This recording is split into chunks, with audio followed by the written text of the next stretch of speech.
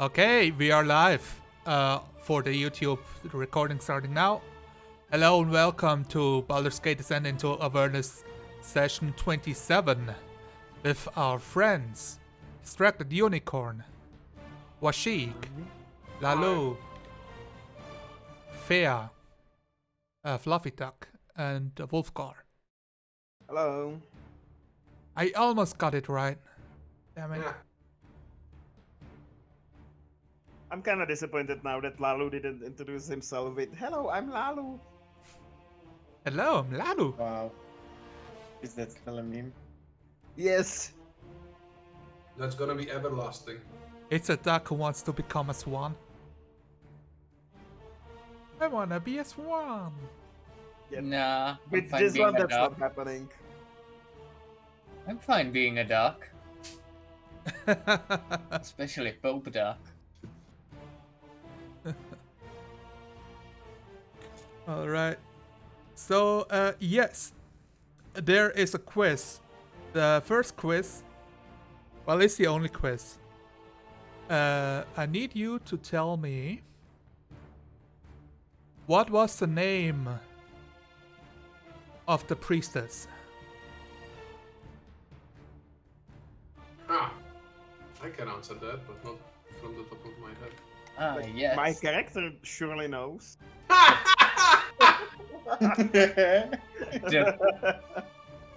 don't think that this counts in this case. Yes, the priestess. The one we all know by name. Yeah, it's Her. obviously. which I mentioned several times. She has a name indeed, and the name is good. Wait, I've got another that one. name. The name is Shit. not good. Shit, I don't have her. Wait. maybe Anyone? I have her. Maybe I have her in the second notes. You mean the young girl that's keeper of the tome of the creed? Yes. Never heard her name, so I don't know. I did say the name like a few times, just to make Yep. sure that you actually heard the name. Yep. Because nobody cared as soon as Silence's mom showed up. Yep. That's exactly what happened. Nobody cared so much that I guess not even my character remembers her name. I mean, if you have notes and I've written it down. No, that's what I'm actually trying to say. So. You mean the Like, young I have priest? notes. I have notes, and I have like women in my notes, but I'm missing this one. Yes, it's a young priestess.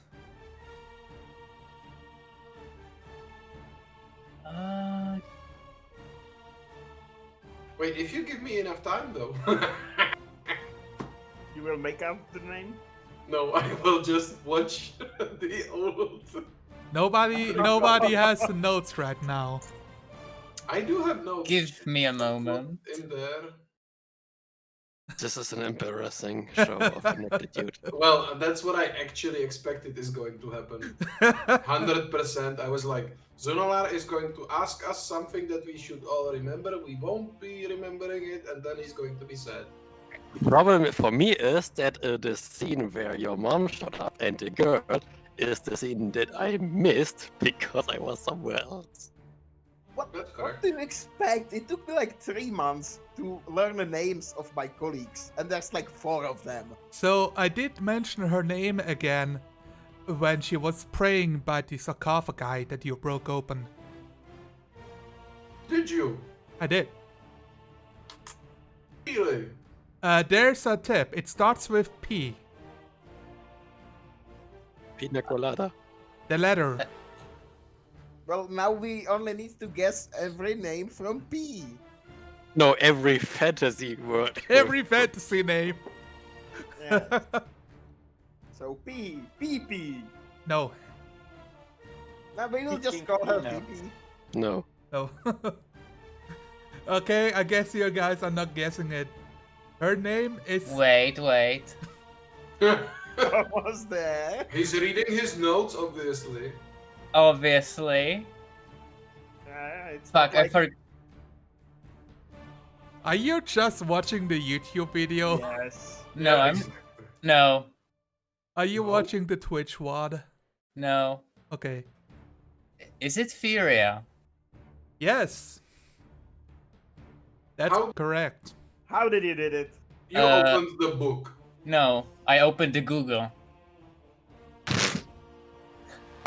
Oh, that's a good one. That's I cheating. mean- I don't even know if I can let that count. It sounds like super mean- cheating. It also was ingenious, Yes. you know, and a lot of effort. Yeah, I descend into Avernus, priestess. No, Name. I just wrote it in the general chat. Oh, fantastic. Okay, That's some big brain thinking. yeah, sure. Do you have an inspiration point? I don't. Then you can write one down. Oh, thank you. You smarted. You That's did. surely You did well this. deserved. You did the smartest. The smarts thing.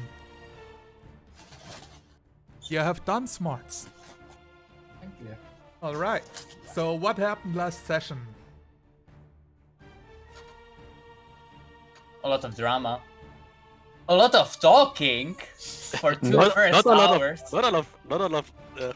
not a lot of story progress. Yeah, like Oh. Silence was chatting with his mother for like hour and a half. And then we were deciding if we are gonna be grave robbers or not. And after a long time we decided to open one of them. And So we then opened like 10 of them, and one of them had something interesting, and a mummy. fair enough. Yeah, it was like a mummy session. Very mummy focused. I get it. You took fucking lucky. Also, Fluffy, Yes. That is my name. spell her name into chat so that I can put it in my notes. Yeah. That's what you get for never asking NPCs their names. Oh look, 100 commoners. Let's ask everybody for their name. It's in Descent into Avernus. Yep, thanks. Fantastic.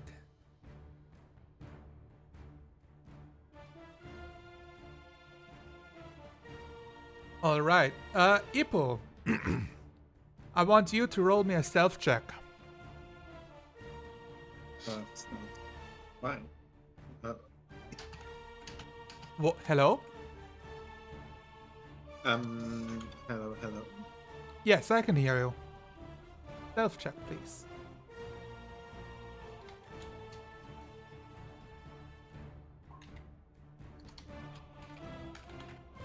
Okay. That's too bad.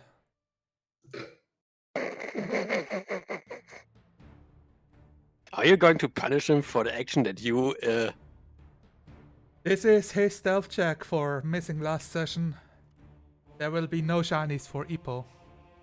Oh, yeah, obviously. I'm sorry.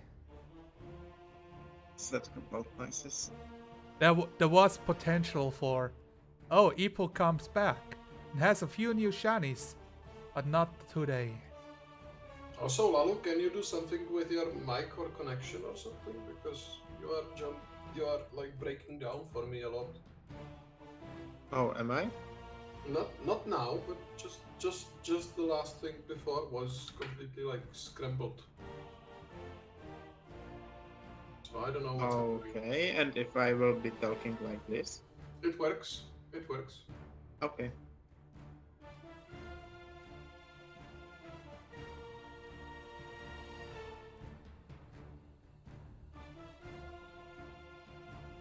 Okay. So what now? I'm just checking if everything is actually working or not. Yeah. So what did you said? A lot of drama happened last week. You opened a bunch of sarcophagi. You found a mummy who didn't give you mummy rods because you all rolled really well and I rolled really poorly. And Thank Amber you. gave the mummy a hug. yeah. Wow, why is Unicorn super loud compared to everybody else? Because you turned my volume up. No, I had you at 100%. Okay, I just have you at 90 now and see how this goes. Don't worry about it. It goes badly. So we have,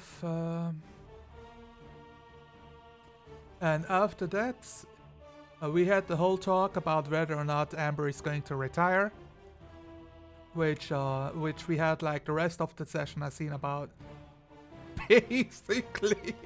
Yeah. And then everybody got sucker punched. And then the pseudo devil arrived.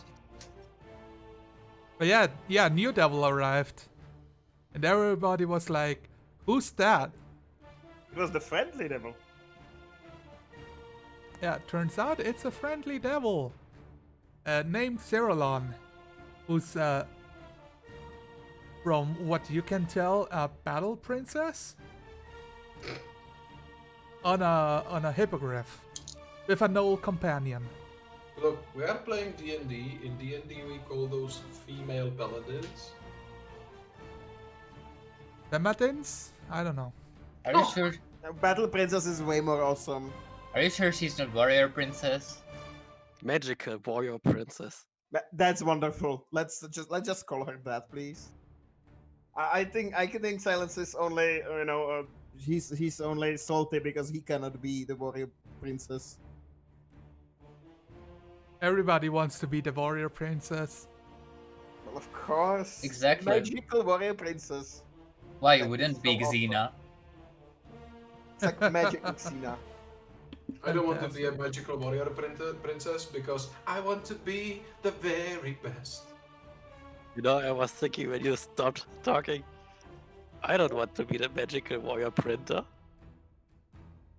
Printer?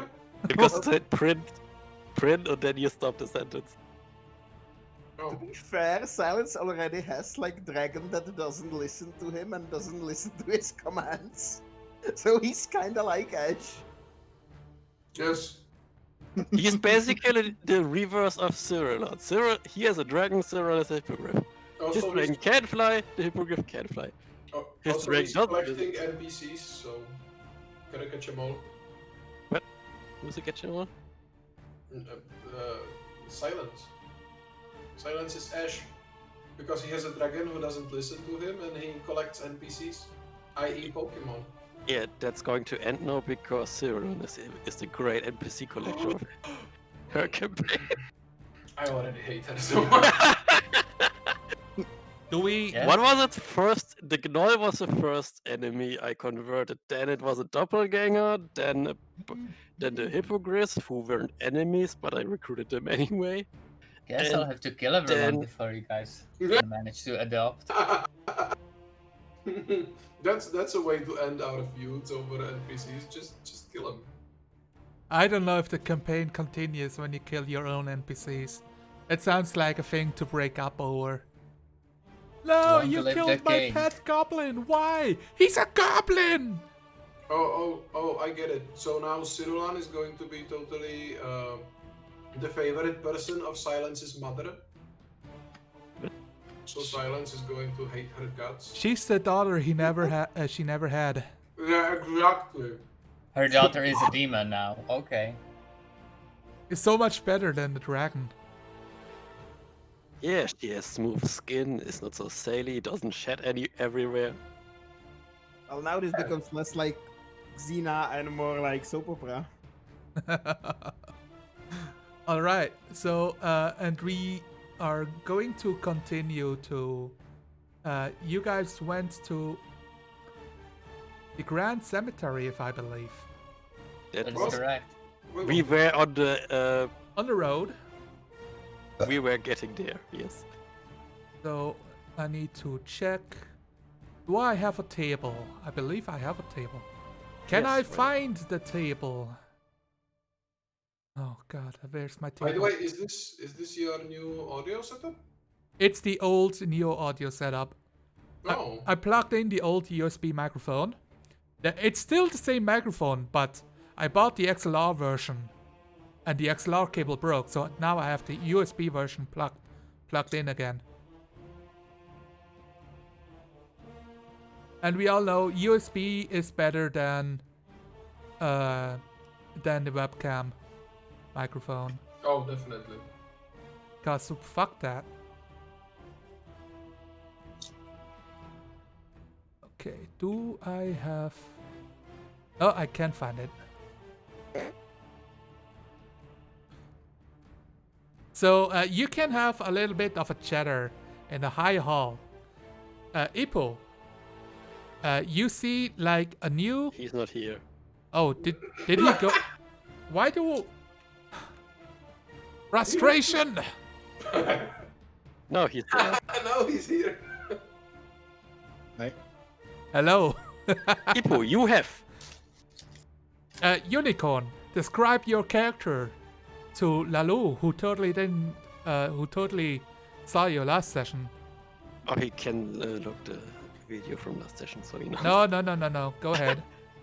Help our new viewers. Yeah, I saw the video.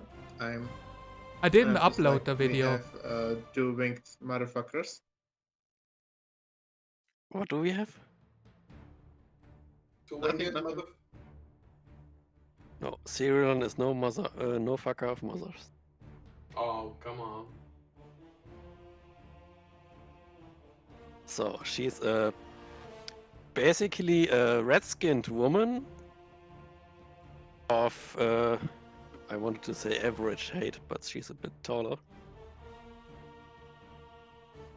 With her most distinct feature being 2 small horns on her forehead and big leathery wings on her back. She's wearing a long greenish dress with half-plate armor over the torso, legs, and arms. Oh, And she looks way too Okay. clean to be here.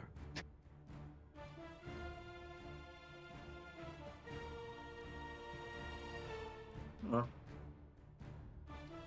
Okay. Her retainers are a hippogriff and a gnoll. Do you know what a hippogriff is?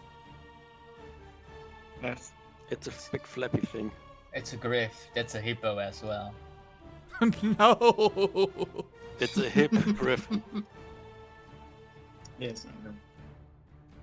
Okay. Sounds cool. I had a woman. I'm Ippo.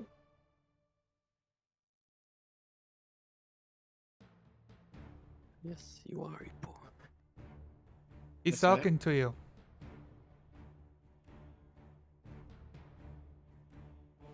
Didn't hear what he said. Wow. Unicorn, you're breaking up. Unicorn, no! Why? You're a robot again. Fuck me. Nah. No, thank you. Wow, so forward. How is it now? I'm not into robots, sorry. Right now it's okay. It seems, it happens in short intervals. Like every now and again. I hate my... Yeah, it's the fact that I have the game still running in the background. Have you considered that maybe buying a new router would fix it? The router is new. Okay, then maybe just get a motherboard. You mean get a UPC? Yeah. From all the money I don't have? Well, get more people into my stream to donate.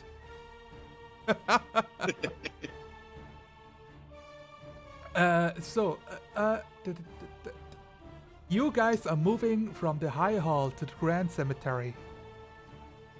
One of you needs to roll a d20. Oh, me. No, you get all the limelight. Somebody else.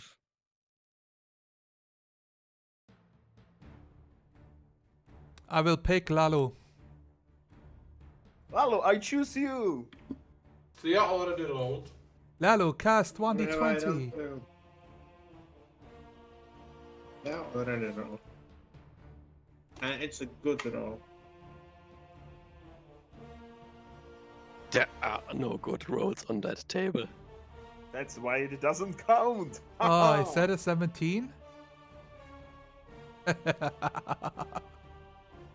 But that's fair. Fair doesn't count. Lalu, where's your roll? Oh, really? Yeah.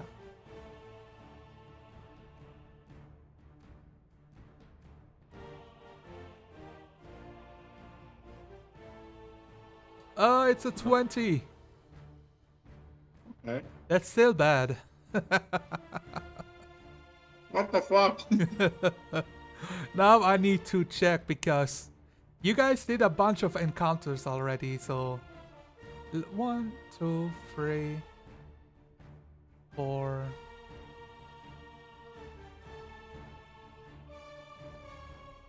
Five.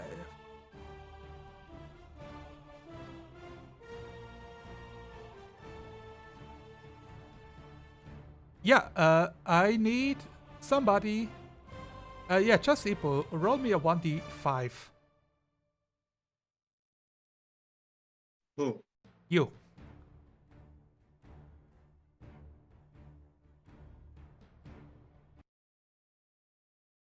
Do I have some devil music? Not really.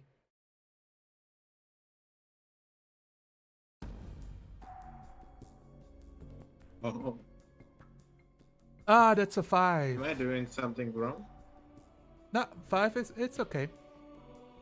So, during your travel, something happens. Let me look up what happens to you guys.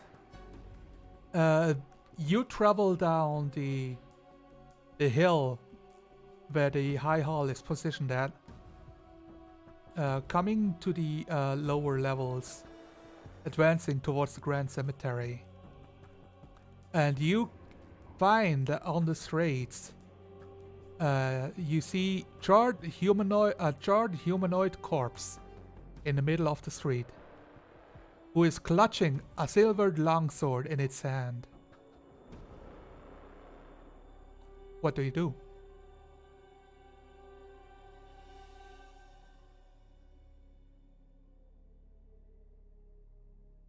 We do the obvious thing and approach the dead body. Immediately grab Ipo by the collar. Everyone is to scream, "Hi, I'm Ipo!"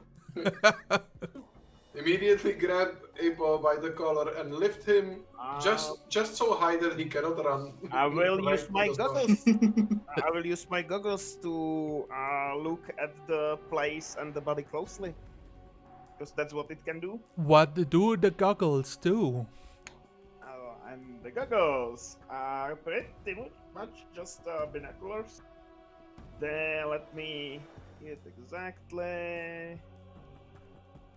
And it's Eyes of the Eagle, which didn't roll down. Let me copy it then from the.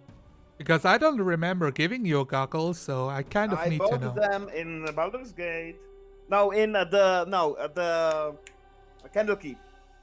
Oh, you did.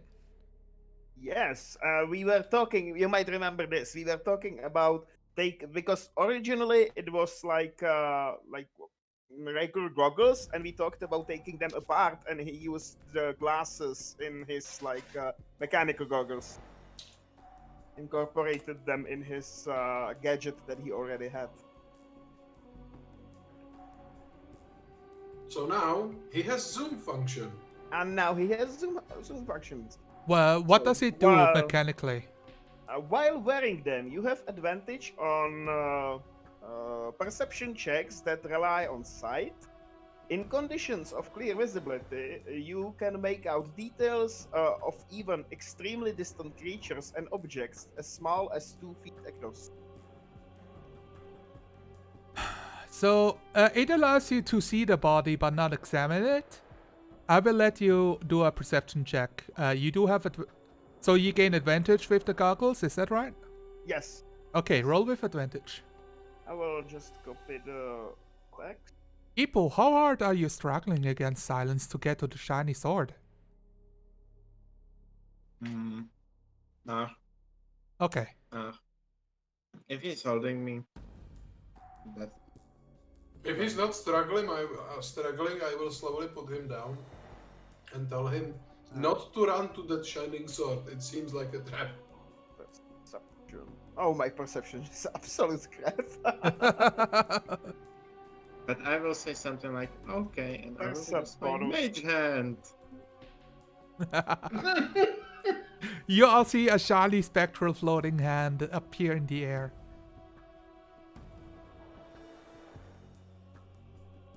Oh, 19. That's not an bad. 18. Okay. Yes, you can make out that the sword is indeed like covered in silver, making it a good weapon to be used in combat. The body is charred. You cannot make out any details. It was probably a human, maybe a half-elf. It's hard to say at this stage of its body. Most of its clothes are charred away, but it has like what looks to be like some sort of satchel hidden underneath it, because there's an unusual like dent on his hip that wouldn't be there if it's just a body. So there's like some object there. Is it holding the sword, or is the sword like in the body? Or The sword is in its grasp, but he's dead on the floor. More importantly, do I see the thing that charred him? No. Oh, is there some smoke rising from the body or something like that? Does it look fresh or does it look old? Oh, yes. While you're looking at it, you can see that it's weird. There seems to be like some kind of veiny orange substance, like pulsating through like the body itself. You guys can't really see it through the charred clothes, but you notice like some exposed skin. You have no idea what it is, but that's what you Does see. it look like he could have like spontaneously combust on himself instead of like being hit by? How the area around? Is the area around charred? Yes. In how big diameter? You ask me questions where I have no answers for. Oh, of course, because they're not written in the book. Yeah, He seems to be intentionally charred, so he was destroyed by a creature. Is your guess? This is not a lightning strike wound. Or fireball. It's yeah. It might was- be a I was like, fireball, but you does know. it look like more like a fireball hit or like spontaneous combustion from the inside? No, it's just from the outside. It looks From to the be something, an external infliction of fiery doom. Mm-hmm. Okay. So is Ipo using the mage hand to grab the sword? Is that what's happening? Yeah, let's go back to Ipo. What is your mage hand doing? Grabbing the sword. Okay, your mage hand grabs the sword. And now You, pulling him out. yeah. So you grab the sword by the like blade, I guess, because the hilt is grabbed by the charred hand. Yes. Okay, and you wish to pull the sword back. You cut your Yes. fingers. Okay, yeah. You see that as you pull the sword back, you can all see that the orange veins that Tal detected now glow brightly as the corpse explodes in a gout of hellfire erupting from it. So it was a threat. I kind of expected that. Yeah, who leaves And what like about the that? sword? Who It, leaves swords in the middle of the road? It jars more of the ground around him, as well as anything within its vicinity. Your mage hand is impervious to damage because it's spectral. Yeah. So yeah, you are all fine. I have to admit it was a rather ingenious way of grabbing the item and removing the trap, which I assume you did not knew about. But still, good job, Ivo. Thank you. What is left of the body now? Can I keep the sword now? Yeah, you have a silver longsword. Can you fight with Nice. the sword? I will be the greatest warrior. Well, I guess that Ipo got it, so it's his. Also, because he's small, it's like a great sword for him, isn't it? So if nobody else is approaching the corpse, the gnoll will walk over to it and go No, through. Cyrillon will. Oh, okay. Cyrillon was already approaching the body, but Okay, yeah. The gnoll is giving you first pickings because you are the best. Well, it In blew his up. eyes. Well, I'm sure Tal will carefully get closer just to investigate what was the source and maybe take some samples if possible. But he's very cautious. Yeah, you can roll me. You both can roll me an investigation check, but I can tell you right now, you only have like leftover ash from the body itself. There's no magical remains. That well, I wanted to just wanted to give a prayer to the soul.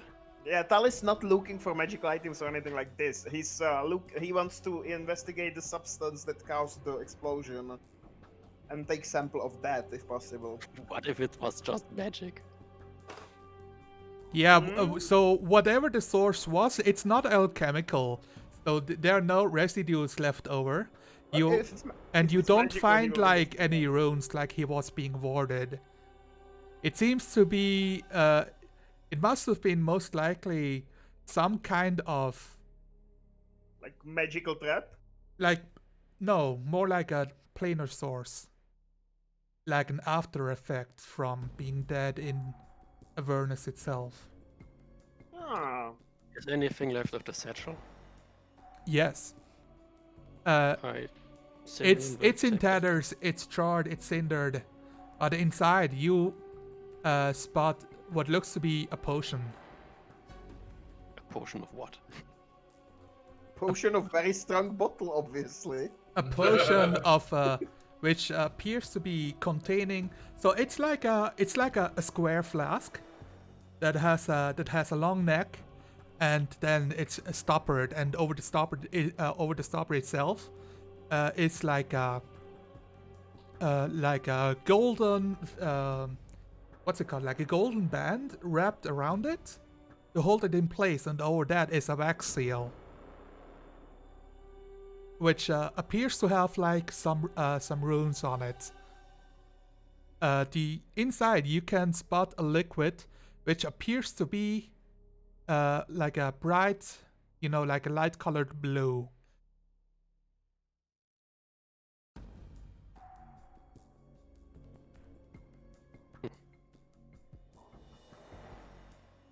I will show to the smart guy in the party and Tal, that was your name, right?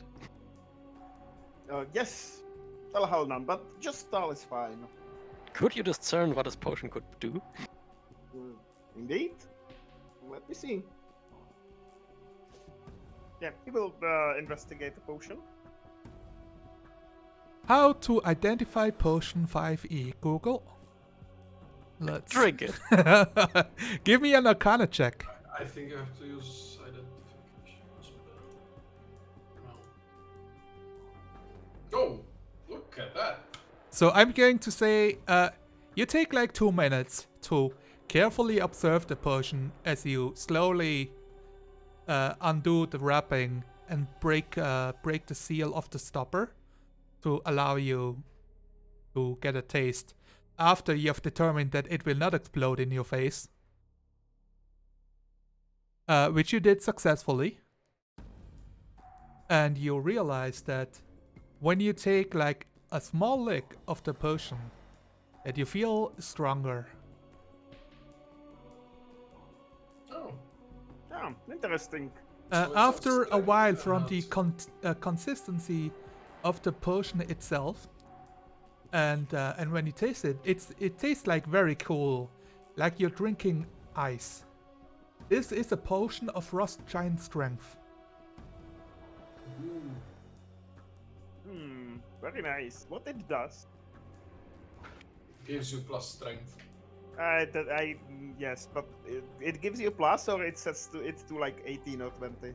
Now, potion of rust Yeah, giant 23. strength. That's what I thought. Yeah. When you drink the potion, your strength score changes to 23 for 1 hour. It has no effect if your strength is higher or equal. Yes. Well, I believe this is a frost giant strength potion. It will make you strong as a frost giant, but just for 1 hour. So spend it wisely. And he holds it back to Cyrilon. She nods and takes it.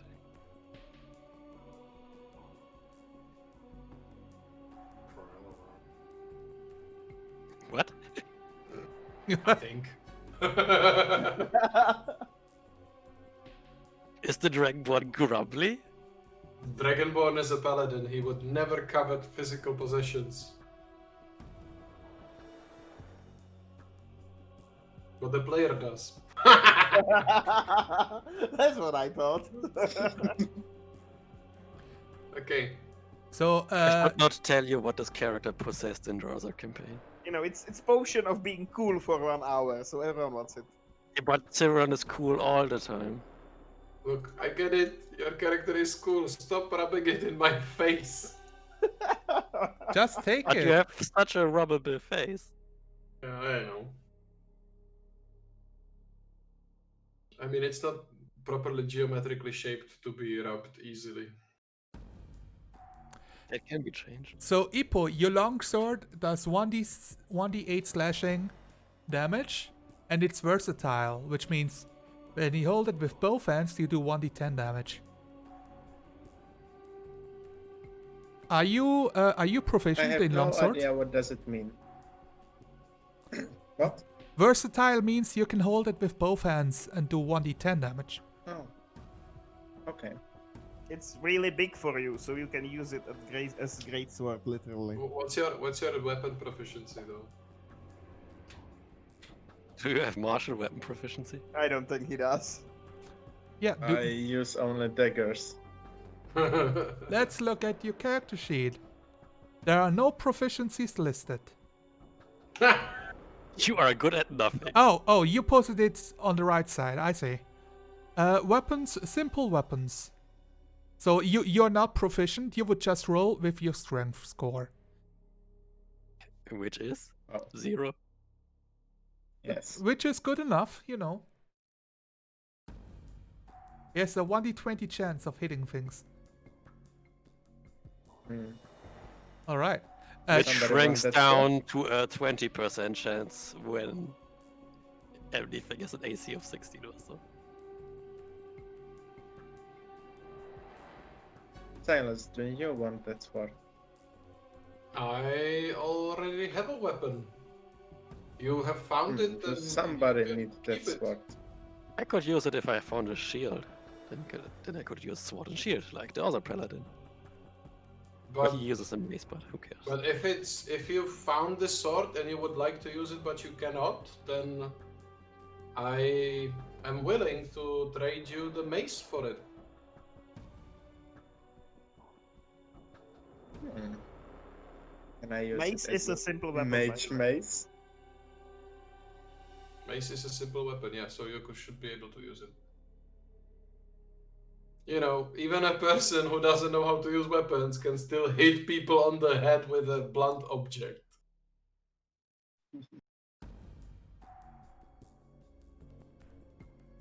But I think it has to be attuned. No, it doesn't. It just No, it's a changes- silver longsword. It just It- does the. No, I mean the mace. Oh, that's just a +1 weapon. Yeah, it just changes appearance Yeah. based on who holds it and uses it. It looks slightly more cool depending on the coolness of the character holding it.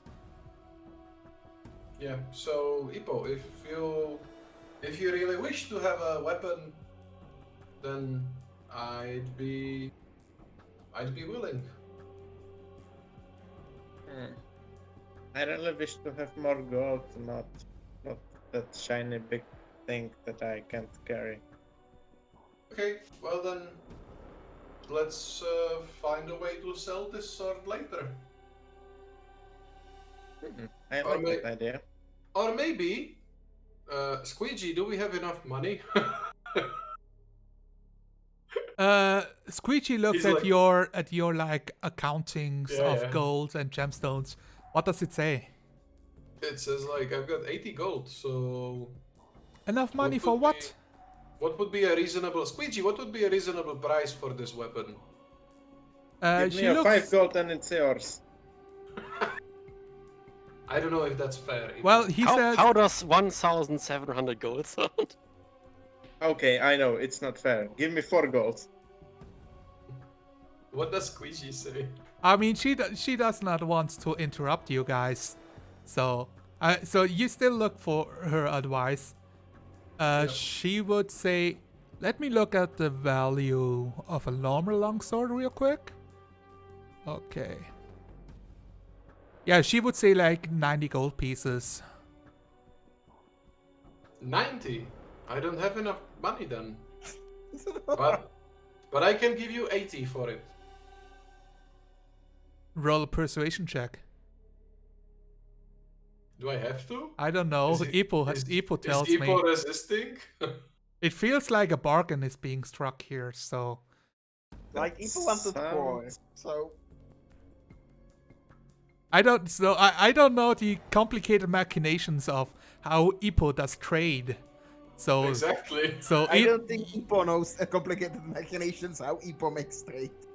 I think Ipu trades shiny for shiny because he has no sense of value. Yes. so does Yes. this make it a super difficult check then, or It's like one shiny thing for 4 shiny things. Like, but it's a really Just give big me 5 shiny gold. thing though. That's the problem. So yes, I but can- it's silver, and these are 4 gold shiny things. No, I can give you 80, you moron. 80 shiny things. You say 4 shiny things, and he holds up like a whole sack. But the Yeah. sack itself is not shiny. No, But inside it's like a captured sun. you're pretty sure Burns your face. it's like a hidden vein in the earth full of shiny. If you just open the sack, it's all there. Okay. I can't resist to that. Can we get this done with you wasting time? Yep. I Oh, I feel yes, this is please. hilarious. So Then we will trade the sack of gold for the silver longsword. I know what the silver longsword was for initially, and yeah, it doesn't work. It doesn't work out. what? Huh? Well, I have an idea. It's a thing. It's a silver longsword. It's what it is. Okay, you have Okay, so it's 80 gold. 80 gold pieces for a silvered longsword, which is versatile. Yep. All right. I won't be Okay, using it anyways. I just wanted to make Ipo feel good because he got it and he didn't got anything that he likes or enjoys or whatever. Just teaching Like, him. I have so much things right now. Like 100 gold and the dragonic dagger and fine clothes and gemstone and you know. It's good times to be a follower of the Undying who showers you with gifts and shinies. Of course. Yes. Fantastic. All right. You guys continue on the road after this sidestep. I do want to know, you did bring your mounts with you, did you? Exactly. Yeah, Yeah. definitely. And you are... if you are flying, let me know, because flying does bring unwanted attention. Okay, so that's a no. We You- have 3 flyers in this party, and they're all grounded. Good. No, it's okay. The whole city is flying, so it still counts. Wow. Bobo is also flying. You reach the edge of the housing district and what appears to be a 10-foot high brass fence that once surrounded Eltural Cemetery.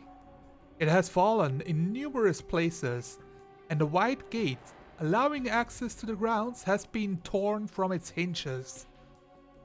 You see several humanoid body parts adorn the spikes atop the fence posts.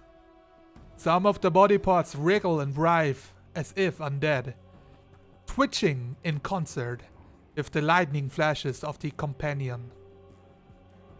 Cracked gravestones and crumbling monuments are scattered across the cemetery grounds, whose center is occupied by a chapel dedicated to Lavender Torm, Helm, and Tyr.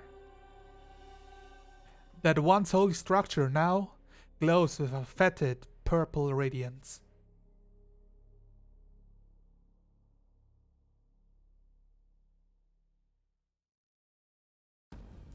Sorry, my mistake. I didn't want to. do anything.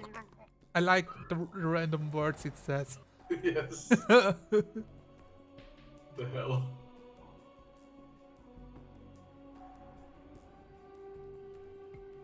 You know, that's how I play D&D. I give my players money, and then there's nothing to spend it on. Perfect. Yes, because you limit everything. Come on. Hey, let's throw it into lava.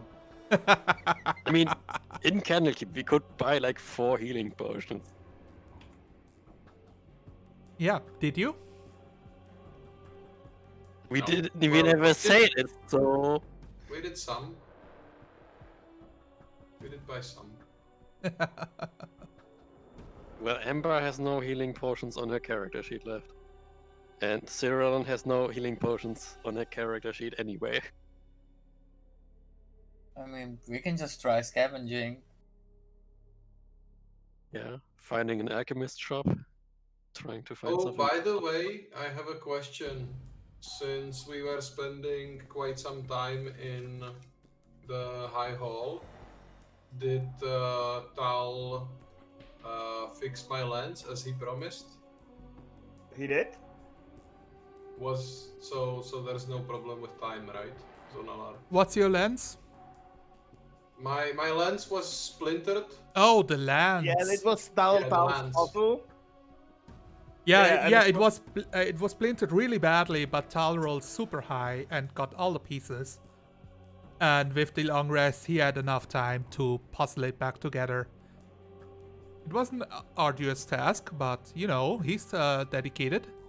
Yeah, and also I think it was not this long rest, but the long rest before it when he was doing it. Like he did it long time ago. Okay, well. That my was bad. the only long rest he had.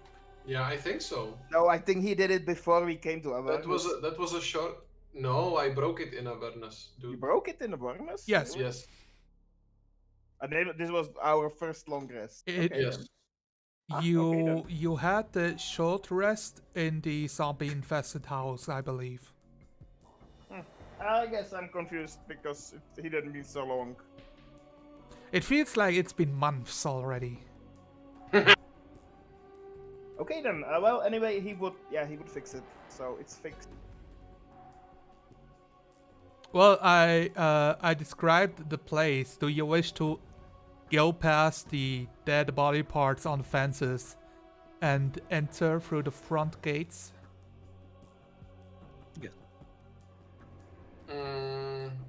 Yep. We have to. I mean, keep the distance to the wriggling stuff, but Yeah, Is the definitely front- keep the distance to the big stuff. If the front gate is large enough for our mounts, then definitely. Actually, is there any like higher position here where he could like if Tal climbed up, he could see inside and you know use his goggles to just observe. You wish to climb onto the fence? I can just Maybe pick not you up. fence. I thought something outside of the fence, like some I mean, high point. there are several houses where you can try to climb onto the roof. I'm pretty sure with all of your companions you can find a way. Yes, Tyre, come over here. Seron will climb on the hippogriff's back and will help Tal. Okay, that will work. Thank you. Then they go on the nearest house roof and just perch there, so we can take a look. It's he will use his goggles to like look over the cemetery. all right. Yeah. Roll me a perception check. It sounds good to me. And he uses sight again.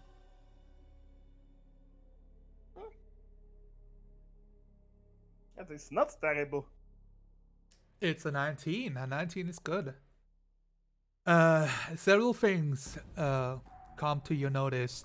The first thing, several creatures are moving on the graveyard, and you can observe dozens of skeletons and zombies moving about the grounds.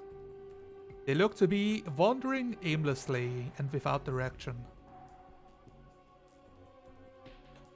Then the other thing you spot are a lot of graves that have been dug up, pits of earth that appear to be like 2 feet wide and 7 feet long, and probably 6 feet deep if they are like the standard humanoid grave.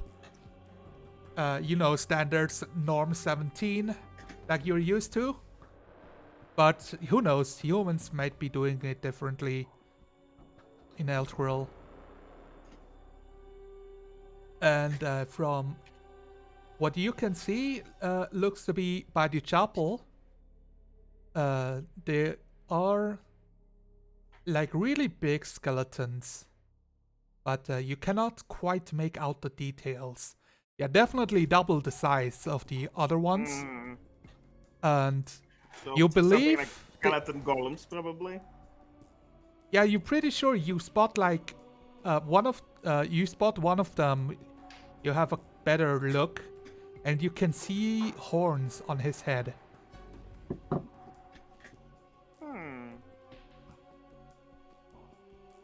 Could it be something like a... I wonder if something like a skeleton undead divas is possible. Like, their bodies don't disappear in this plane, so... They are definitely large creatures. That's what you can surmise from this distance. I guess that is possible. Well, that is also quite unpleasant. Okay, I believe I saw what I needed to saw. We can go down. Yep. They just jump off the roof and glide. Did you see the people? Did you see Ravens? What's his name? Ravensburg? Ravensburger? Well, no. What I saw is lots of empty graves and even more undead, which is to be expected at the graveyard. So quite a lot of trouble for searching them. I didn't saw any crest or anything like that. All of those undead seemed rather like the undeads look not fresh, right? Well, then we must have missed them somewhere. Why are we going to a cemetery full of undead if the people that we are searching for are not there? It seems unlikely anything would be alive there because the undead would feel the living, and it's quite obvious they do not. They are just shambling around. They don't have any target. And aside those, there's also something that appears as undead devils, maybe something like that. Very large and horned, and skeletony. Skeletoni. Very skeletony, yes.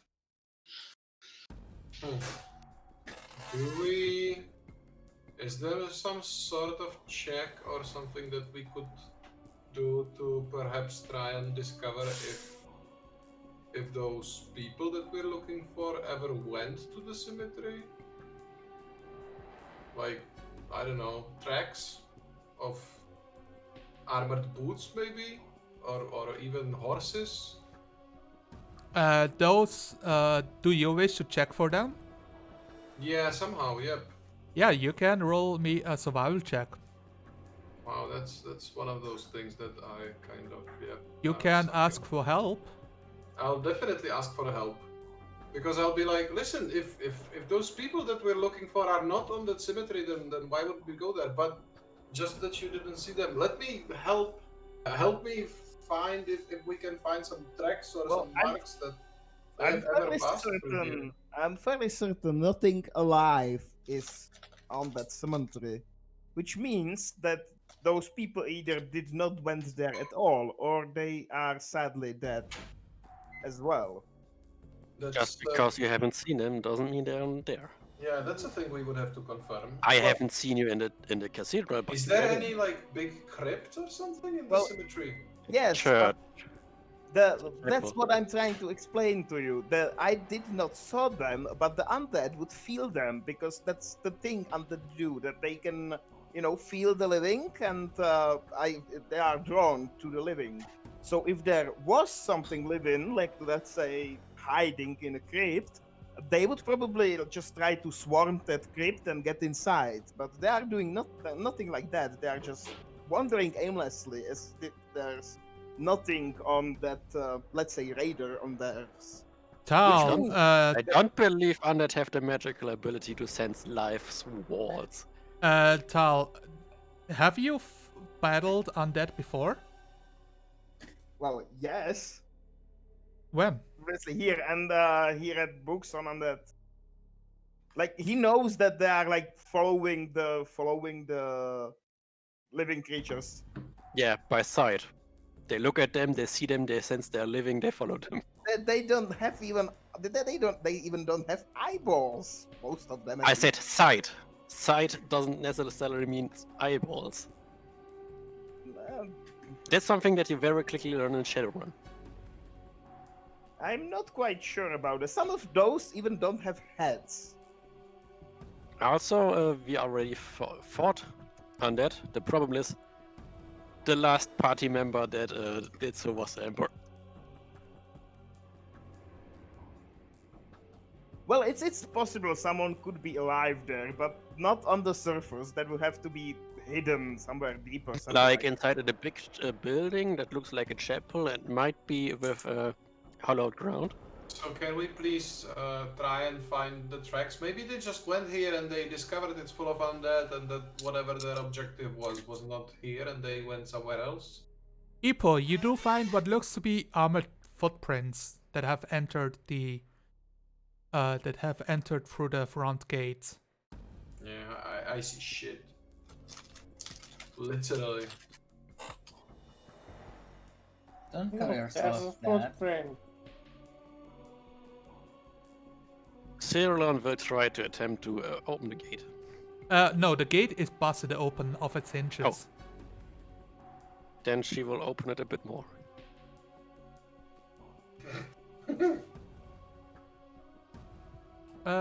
Yeah. It squeaks as you do, very loudly and noticeably. Open it in one wide swing. Yeah.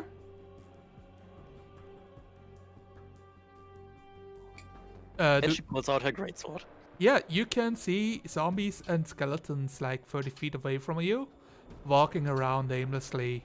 They are like not on the path itself right now at this moment, but sometimes a few of them cross over to the other side. They're staring at random directions. Yeah. We could try to sneak past them. Well, see, they cannot see you.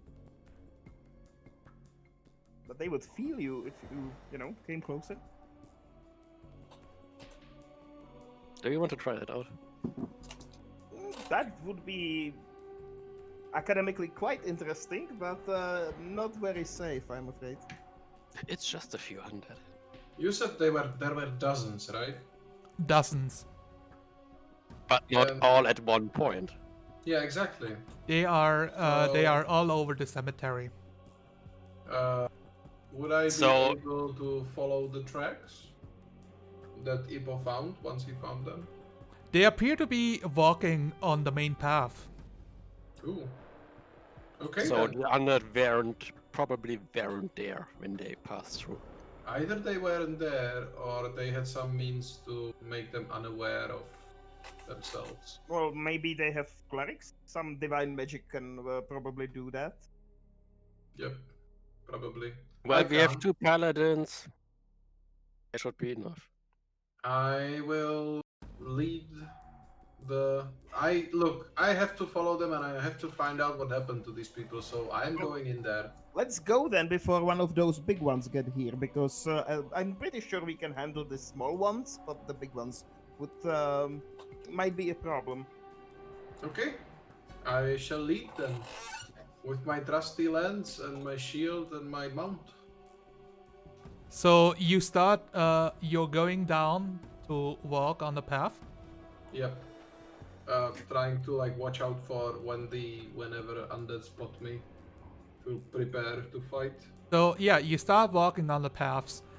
You can see, all of you can spot like what looks to be dug up graves, like with earth mounds next to them, like broken sarcophagi, as well as mausoleums that have their doors are ripped open and like on the ground. Do Well all done. these does it all look like they were dug out or that they dug themselves out? And with the mausoleums, that are the door busted inward or outward? Oh yeah, that's a good tell. Outward. Mm-hmm. So something woke up inside and wanted out. Yes. Well, I guess that can happen when you end up in hell. Suddenly.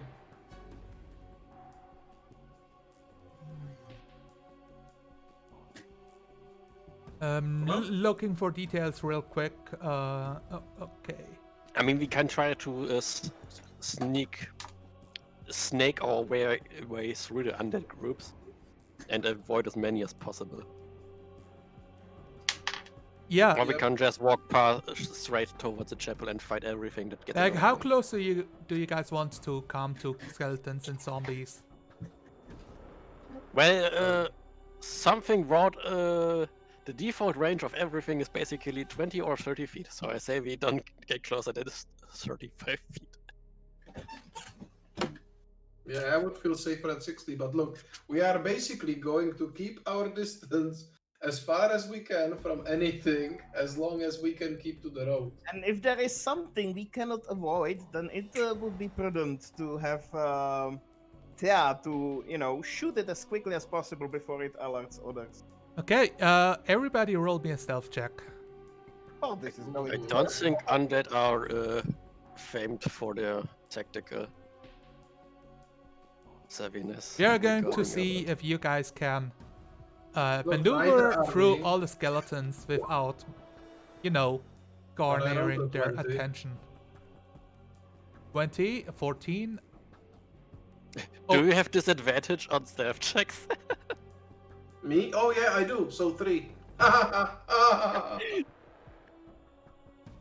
Oh, course I do. the paladin reminding the other paladin that all of his rolls are with disadvantage No, just the stealth checks.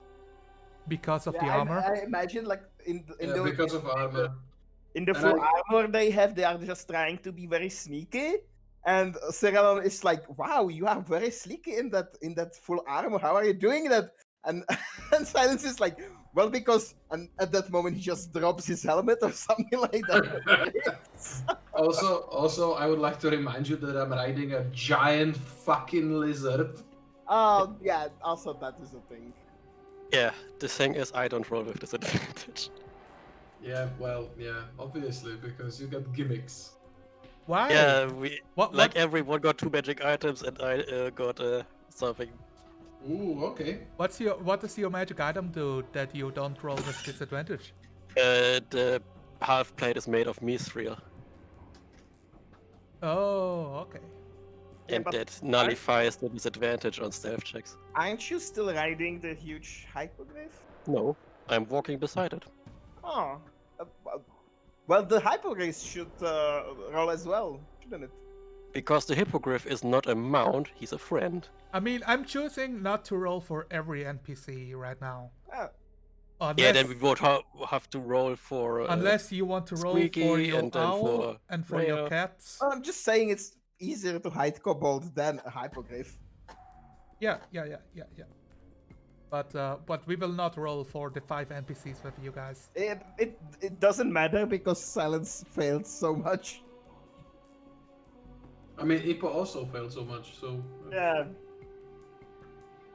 Okay, so I consider myself quite supple. silence. Yeah, Ipo was like, "Hi, zombie, I'm Ipo."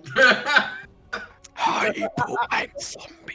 Also, So- don't you have some anti, like the undead don't care about you somehow or something? I think I So saw something Ipo, like as that. you approach a zombie and tell him about your name, he stops and he like turns slightly towards you, but he's looking over you, like past you, turning his head around.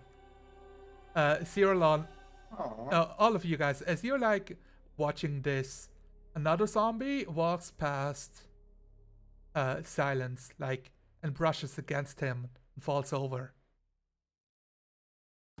And then gets back up again.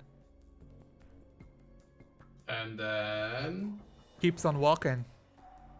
So all the sneakiness is completely pointless because they are just wandering about. They're not doing anything.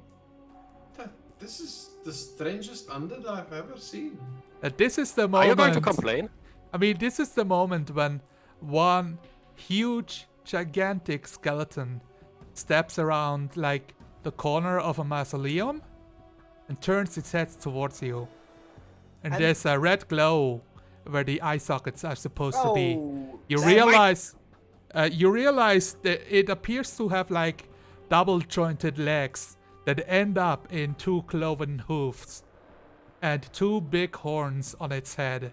Oh, It's great. an It's an- Abishai skeleton? And Yes, that's No. what Tal was saying. It's like devil skeleton. it stomps No. onto the floor twice, and you hear the charging of more hoofprints as what appears to be 3 giant skeletons charge you. And we can go into combat. Let me set up the cemetery and give you the turn order. And you should be able to click your character and roll for initiative. NPCs will go when it's your turn.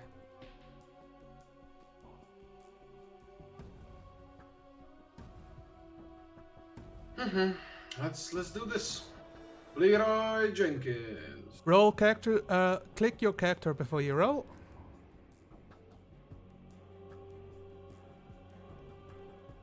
I will reveal enemy shortly. I'm pretty sure Tal would not be so much in front. He is not a front fighter.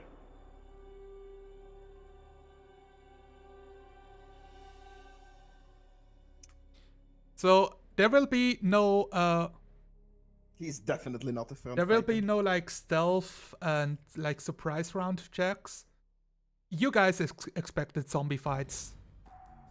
And yeah. And you have been spotted. Let's see, do we have anybody missing? Yes. Unicorn? It's me. Because I can't find my anything. Because it's zoomed. Your token should be on the map.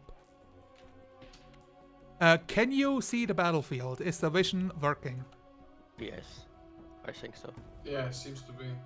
Can you see inside the chapel? No. No. Well, I can down here a bit. Yeah, there are windows or something. It's Yes. like torn up. Yeah, okay, yeah, that's correct. So all of the windows are busted open. Let me find battle music for you guys to enjoy. What about this catacombs battle music?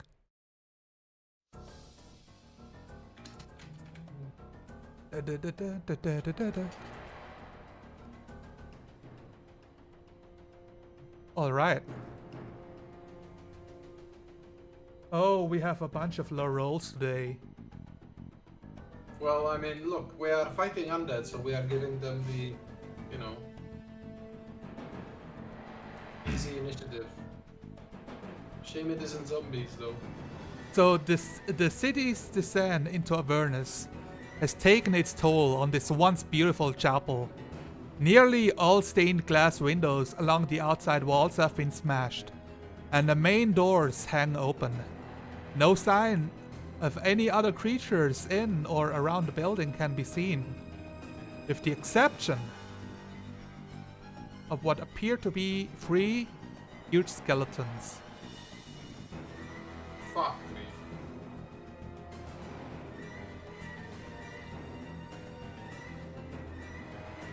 And they charge towards you guys. No, I charge first. But I would like my Gnaw to be more in the back because he's not supposed to be in the front. Oh, did... let's see.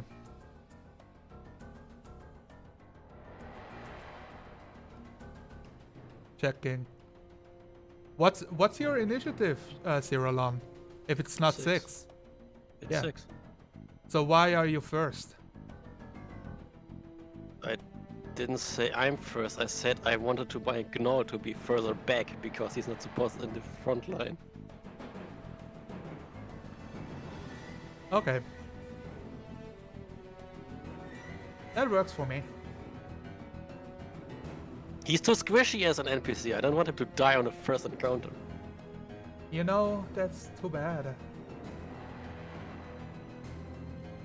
Okay, I'm changing, so never whisper rolls, so you should be able to see what's happening. So first, let's do a charge. As the Minotaur runs straight towards you guys. And hits Cyrillon with a core attack.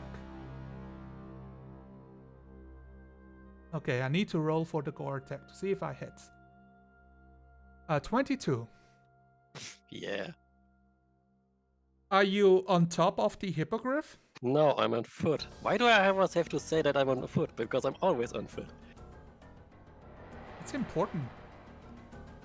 You didn't even put the hippogriff on the battlefield. No, I don't think.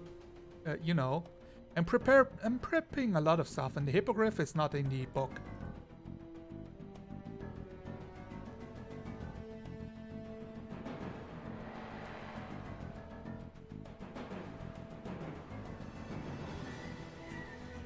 Don't you have some like eagle or something? Yeah, exactly. Okay, so 22. Let's see. I'm sorry, guys. I'm doing a bunch of rolls. You take 22 piercing damage from the core attack Why do I take 22? because he is charging you. So you take the gore damage and the extra charge damage from the distance he runs up and knocks you off the hippogriff? Question mark? No, you're not on it. But I need a. Didn't Is you he- already roll the damage inside with the gore attack? No, the gore attack is 1 damage and charge is extra damage. You take a gore attack on the same turn. The target takes an extra 2d8 piercing damage. Roll me a DC 14 strength saving throw. Can he even push me in any direction because he's coming from the front and there's people behind me? Yep. He gets knocked down. No. You're getting charged by the gore. Yeah. I get gored, I grab him by the horns and throw him on his back. Air is knocked out of your lungs as you are getting exhausted by this attack. But are you using a shield or are you grabbing his horn? Like, what's happening here? How are you I mean, standing your can ground? I grab his horns and stuff? Because I have a great sword and I'm going to use that. I believe you're like using your greatsword to block his head and like use it defensively. So it's like interlocked with its horns. But you know, I have like a few more Minotaur attacks. Let's see. This one Yes, can and they're all attacking me because you put me in the front and no line. they can walk up here. Let's see. That's all NPCs. Like, what's happening here? Yeah, how about you set the formation up? Like, asking us who's going where? Do you guys wish to switch position real quick? As I mean, I was leading the party the whole time, so Also, half of leading this. so much in the back doesn't make much sense. you Also, switch. just Let's have you for your like switch information- with the owl at I the guess very a least. bit too late for now. Since Zonala, half of the battlefield is cut off on this side. Oh yeah. Like, I can't see past this point. Scroll a bit to the left, it will show up. Whoa, oh, I had to scroll out. Yes. Zoom out, my. Uh-huh. Yeah, it's some Roll20 shenanigan. Definitely. This is some like bug. Yeah, so yeah, how about I switch at least with Thea? That makes sense. Switch Barin with Thea. Because I'm on Barin. Oh, you're The Gnome okay. is Yeah. supposed next to the Hippogriff. Yeah, Thea, get back. Let me just step back with the with those two Minotaurs real quick, and set up your. So you can see the path itself. So imagine walking down on the path. Mm-hmm. Okay. I guess. Yeah, I guess that's where he would be right now. Probably here. And then Rhea. Yeah, Rhea is more like in the front. No, because I'm a combat character and Rhea is a combat character, Rhea would be in the back.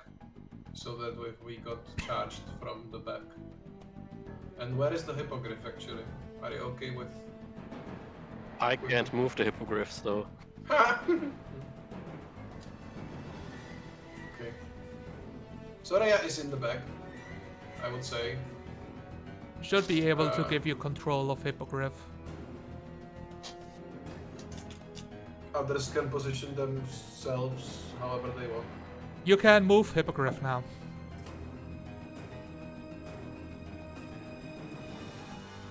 I'm still a bit unhappy with Cirulan being in the front, but I'm okay with like it's your choice. I mean, you can move your character somewhere else. Where did you put your Dragonborn? I just put him like off the table because he's on Baron. You know. Oh, I okay. want Just to- put Yes. him on Baron then.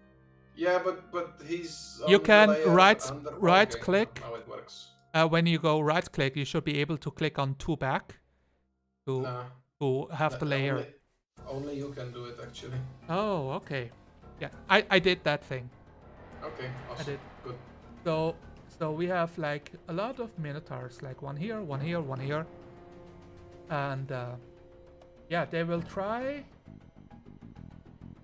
Both of them do gore attacks. I guess on Baron, yeah. Because he's a Okay. huge creature. Do you have an Okay. ability to intervene, if I remember? No, because I don't have mounted combatant.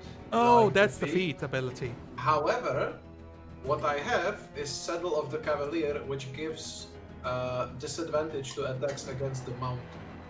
Ooh, nice. So let me roll 2 gore attacks. Oh wait, I rolled one. I rolled the second one, I rolled the third one. Okay, yeah. So it's a 13 and a 17 on Barin. Yeah, good. Now I have to check what's his AC actually. Give me a sec. 14 natural armor. So the 17 hits. Okay, yeah. So what's happening is Barin is like slamming his own head horn against the skeletal Oh, yeah. skull of the hoofed large creature. Don't But do it. but it leaves him open with a side attack as a gore hits him. Together with the charge for 13 plus 7 damage, so it takes 20 damage. I'll let him free reign then. I'll tell him like I'll shout out an order. I'll be like, you do you, Baron. Let's do this. Let me check if they have multi-attack. Nope. Yeah, that's it. But yeah, with that, it's your turn.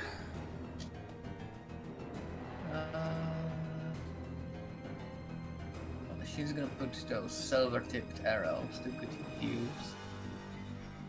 And shoot you the closest one 2 times.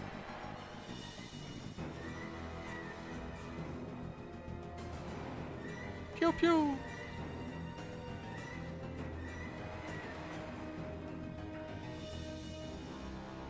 Let me double check. Because That's with the silver arrows. I'm trying to see if they are armored or not. You have silver arrows? Yeah? Yes, she got silver arrows from the hunter woman. Oh yeah. Do you remember her name? Not again. No, stop torturing me. Stop Oh it. wait. It's the one that we saved here in Elturel? Yeah, that's her. Is it? Yes. It's the first NPC we met after entering Hell. Yes. Fuck, but I have She gets Harkina Hunt. Yes. Yeah. Yes. See? So 22 and 13 both hit. Do I get an inspiration? No.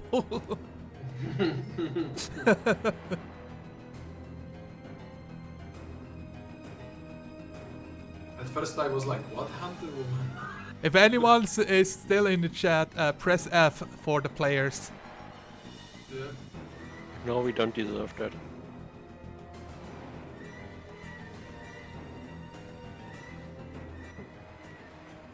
You do 18 and 21 damage. Let me double checking if they have anything special. No, looks good. Your attack is fully effective. You realize that this creature, your attack splinters off several of its rib bones as his footing becomes unstable. It appears to be... You cannot really say bloodied because it's a skeleton. But that- Damaged. it appears to It be... did not appreciate the hit. It appears to be rattled. Har, har, har. Cyrillon, Julius. Julius.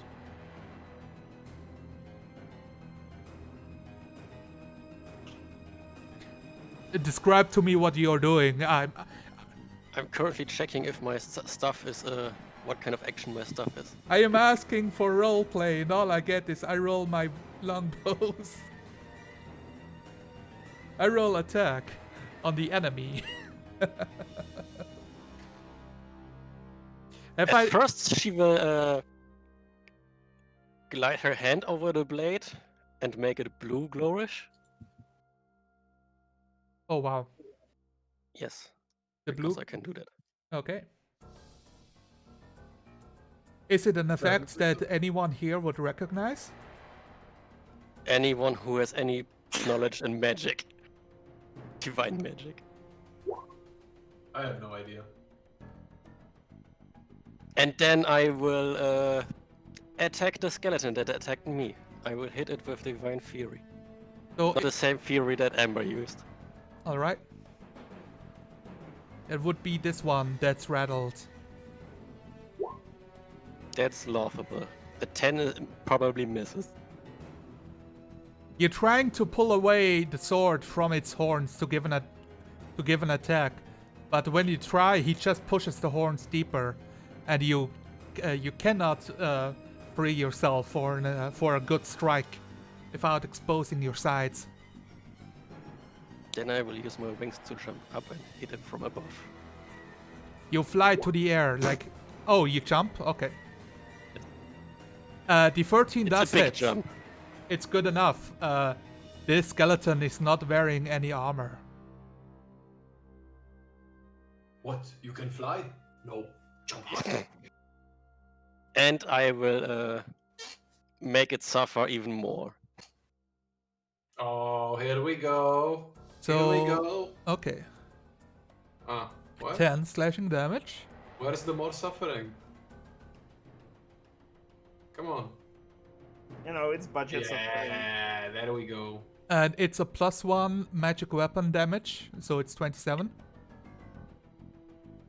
It's 11 slashing magic and 16 radiant.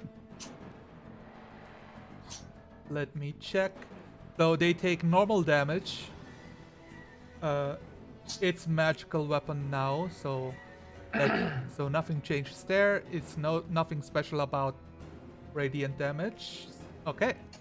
So it's 27. The only special effect is they are undead and death. That's why I get 3d6 instead of 3d8 instead of 2d8.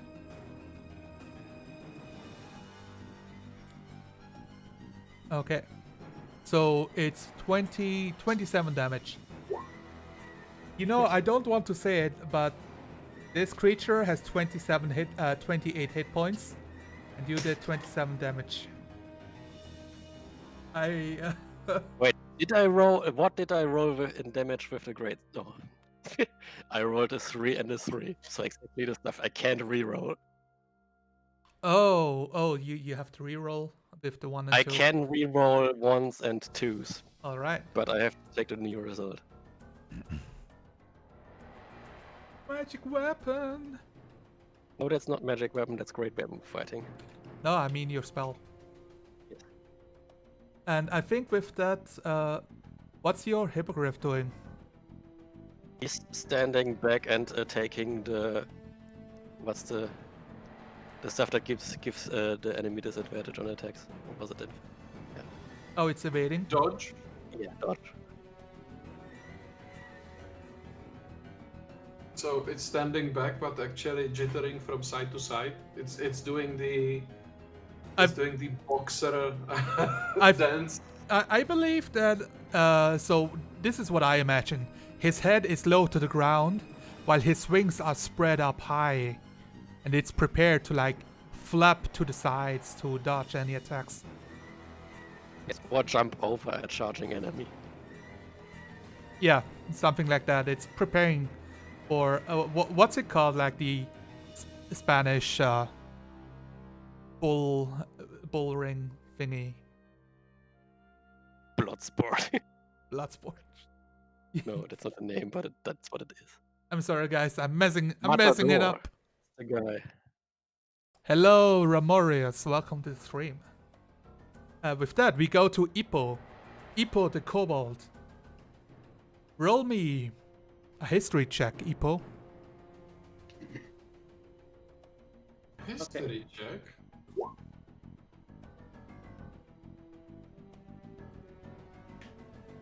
Ippo, those you have been told about those enemies. As a kobold's tradition, you know some of dangers in caves and mines. You believe those are creatures that usually live and create mazes, basically labyrinths. So sometimes they will haunt the mines as well. They are known as minotaurs. Oh, okay. What you know is that they always know where to go in their own maze. But those are dead, like long dead. More like freshly dead. Yeah. Mhm. Doesn't your null get to act? Cyrillon, it's up to you to tell me what your NPCs do. No. So if you stop talking, I go to the next person. The gnoll will take cover behind someone else. Wow. And since the character, she doesn't have a ranged weapon. I don't know if he can have a ranged weapon. So the null will protest when you tell him to fall back. But he will do your bidding. No, this Gnoll doesn't have a ranged weapon. I need to give him a ranged weapon then. Also, we need to change his alignment. That's just Gnoll alignment. That's just how it is. And his languages need to be expanded because he speaks common. Too. I didn't give him a personalized character sheet. I gave him the Gnoll. The Gnoll that he is. Not even Gnoll. He's like the Gnoll Fleshnar. Ah, look at this Gnoll racism. Now he's a special Gnoll. He's like a stronger all one. Gnolls are the same, huh? I have like 5 different Gnolls. That's all the Gnolls you need.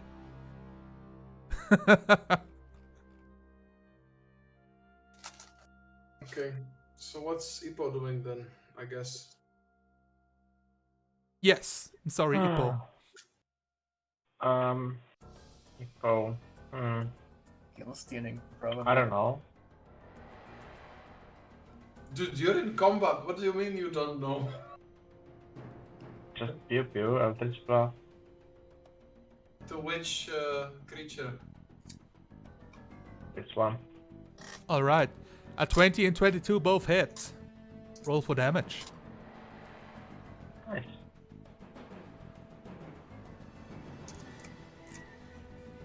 A 6 and a 9. Yeah, Eldritch Blast scaling is great. Did you Shouldn't it? did you change a thing about the Eldritch Blast? Is it no longer pushing? Yes, it is. But this is large creature. Is it still? Yeah, it Is still it pushes. pushing him back? Yep, there is no limitation on like weight or anything. It always pushes. Could push a fucking Elder Dragon. No, you don't push like dragon turtles with this, but you can push minotaurs. Come on, guys.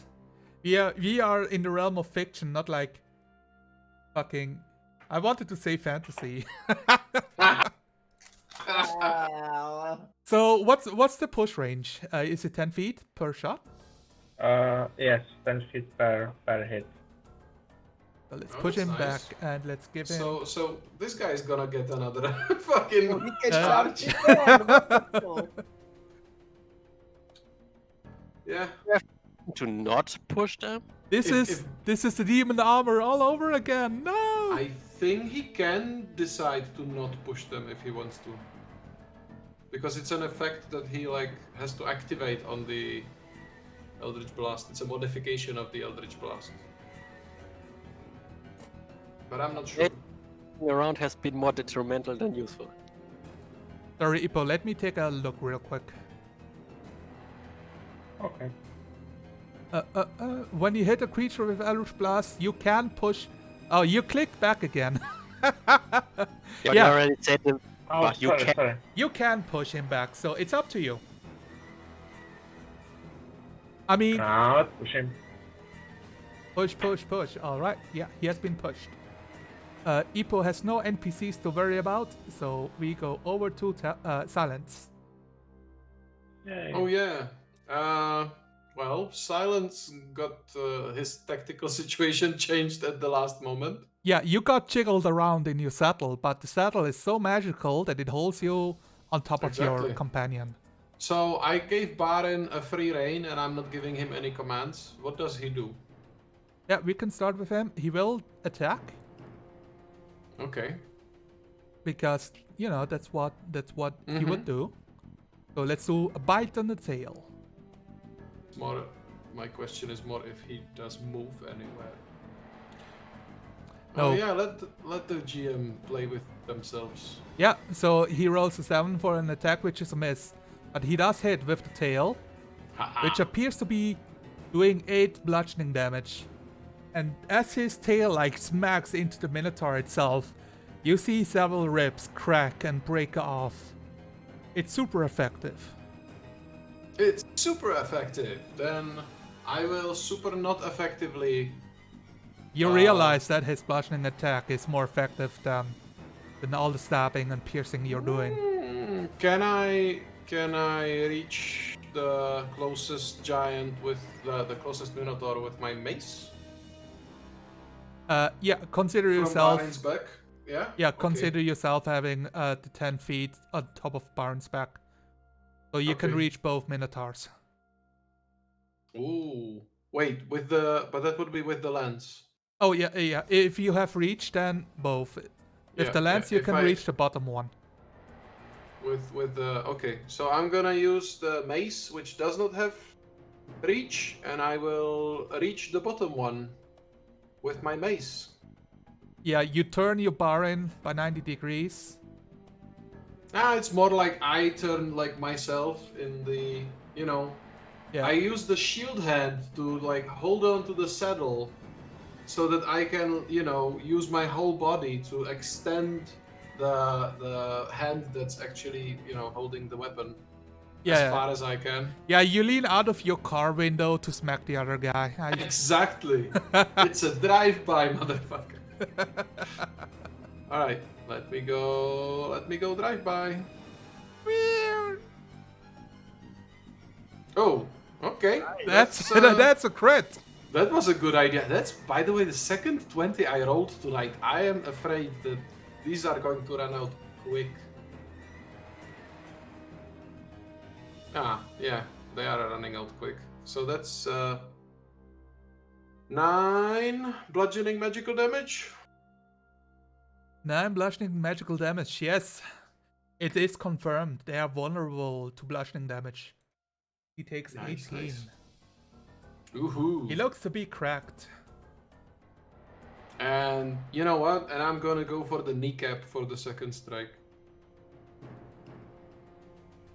Because it's such a large creature, you can reach a kneecap. It hits. So yeah, again, another 6 bludgeoning magical damage. He takes a knee. What does You know, Rhea do? He used to be a Minotaur, but now he's got mace in the knee. Rhea figures out that, you know, using her crossbow would not be the best option here, and that she can easily move to attack. So first Rhea glances around herself to make sure that nothing is going to come from, you know, the other side. And then she charges in. Charge! And you know what she's going to do? She's going to do what she does best. Be awesome. Kill steal. Two-handed battle axe. There we go. That's a 9. It's a miss. That's a two-handed battle axe, round 2. Oh yeah. Oh yeah, there we go. There's the kill steal. There's the kill steal. I think she just like, you know what she does? I think because it's such a large creature, she basically also goes for the kneecap, but gets both of them. And after she gets both of them, she just, you know, does a quick backhand strike and just like splits the skull. The skull has been splat. And Rhea will say, "For Elturel!" Oh yeah, probably.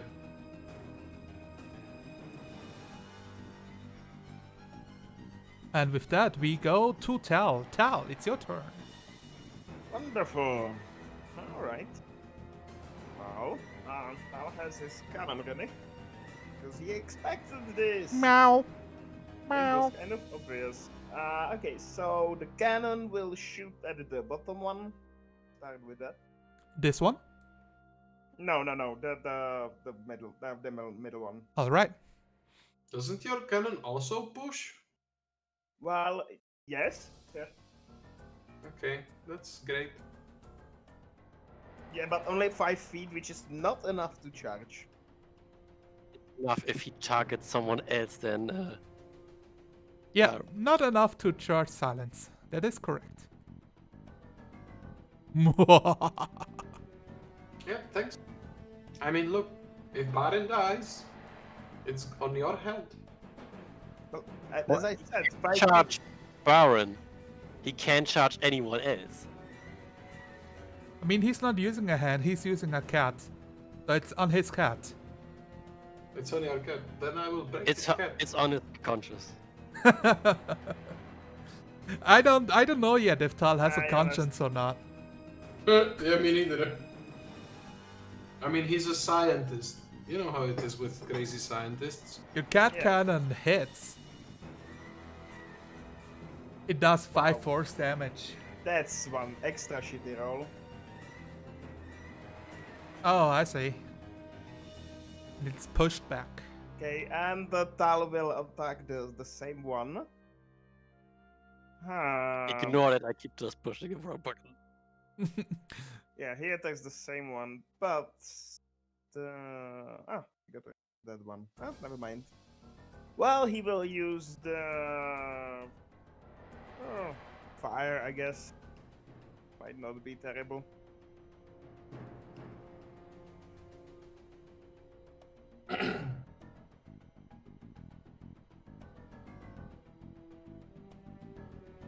I guess 27 is a hit. Look at those rolls. That's a hit. Yeah, that means the damage. No, the damage is not shitty. Wow, the damage is really good actually. 25, that's almost the maximum I can do. Your attack bursts through the torso of the skeleton minotaur, having all the skeleton parts like crumble and scatter across the cemetery floor, like the gravel Also now- pathway. Oh, so now we're playing Mech Warrior, huh? You caught him. Yes. See, you don't have to worry about another charge. Solved it. But lagging is more effective. But its great axe weapon is still intact, so you can loot it and attach it to your body. Yeah, and the flying owl, the Bubo will just, Oh, fly in the air and do his very tiny. oh god, it makes the pingu noise. Note, note. No. I just imagine, the firing my laser meme. I mean, it just plays the same meme like 4 times when all of his critters and himself shoot. 13 is probably a miss. The 13 misses. Yes, so the tiny owl, tiny beam misses. By tiny bit. No, the 13 And that's hits. it. Wait, 13 hits? Yes. Okay. Those are they're still skeletons and really big ones too. 4 damage. They're not Wow. fast skeletons, they're really big. You do So 4 it's, damage. given how tiny the beam is, it's actually quite good hit. You splinter off like like small bits of its horn. Wow, the horn. Yeah, Not my the owl horn. the owl just flies around and seems very happy. Hoot, hoot. No, come on, it does the pingu noise. It's now canon. I can't get it out of my head. Not. Not. Let me double check. So when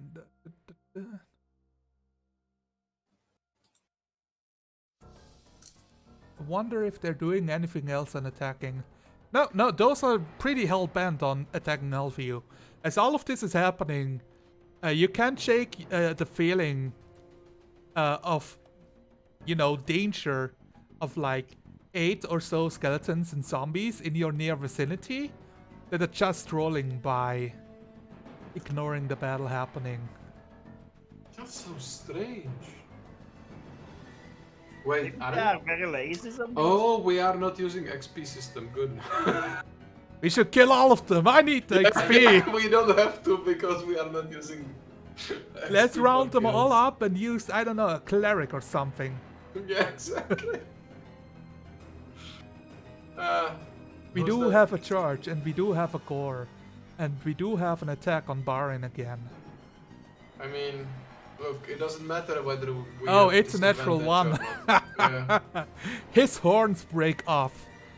Yeah, Barin just strikes him back, with his own horn. And Yeah. Just like parries him. Yeah, his horn they collide together, but the horns of the Minotaur skeletons break off against against the sheen of its own, and you can see like some smoke expel out of his nostrils. Proudly. I feel for you, Zonalar. Your rolls have not been great. It's okay. It's not like I'm here to kill you or anything. Yeah.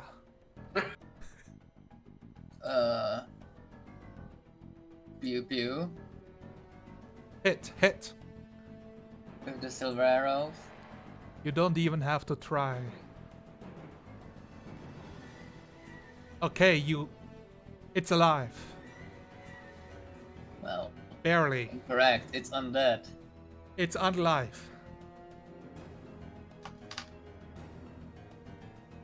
You, you snipe off one of its arms and destroy a lot of its rib cage.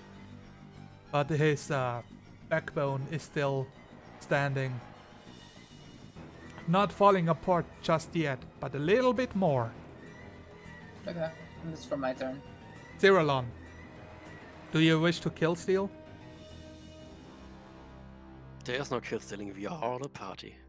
Do you want to give it to your Knoll? He has to run forwards for that, so no. This is why he doesn't like to stand in the back.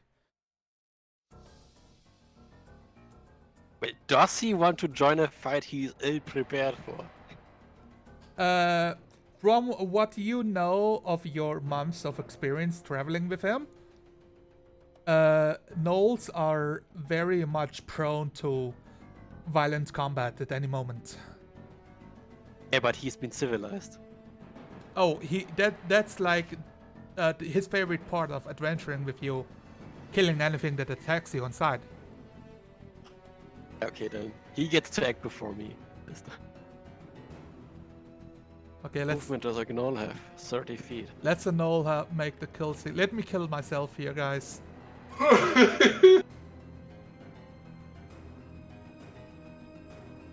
my god. You don't need to roll, I can roll.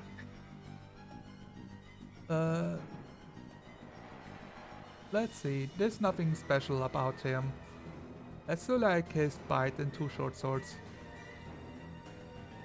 So I don't even need to roll. He like massacres the Minotaur. As he has like he like rips into its he cuts off the other arm and pulls out the spine of the Minotaur. Oh my god. Now dangling in its huge maw. He rises up on a heap of bones, raises the skull with the dangling spine up and overs. And it lets out like a hyena laughter. Wow, it has to like almost unhinge its jaw to just get the spine inside. Yeah, that's how it looks like. It's like a very wide open. I think Silence will like, like reel back in this at the sight of this and glance at Cirulan in kinda like, with a raised eyebrow, kinda like, is he going to, kill everybody else now? What's up with this creature? She just pulls a greatsword back and sheaths it and shrugs at you. The Gnoll is I very happy shake my with the head. spine in its mouth. Good job. It starts salivating. Yeah. Well, you can keep it, but don't make a mess in the camp or something.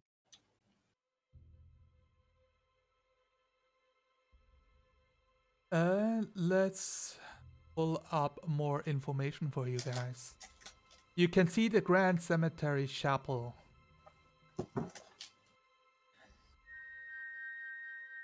So the door is busted open, the double door at the front, and all the windows are shattered, so you have glimpses inside.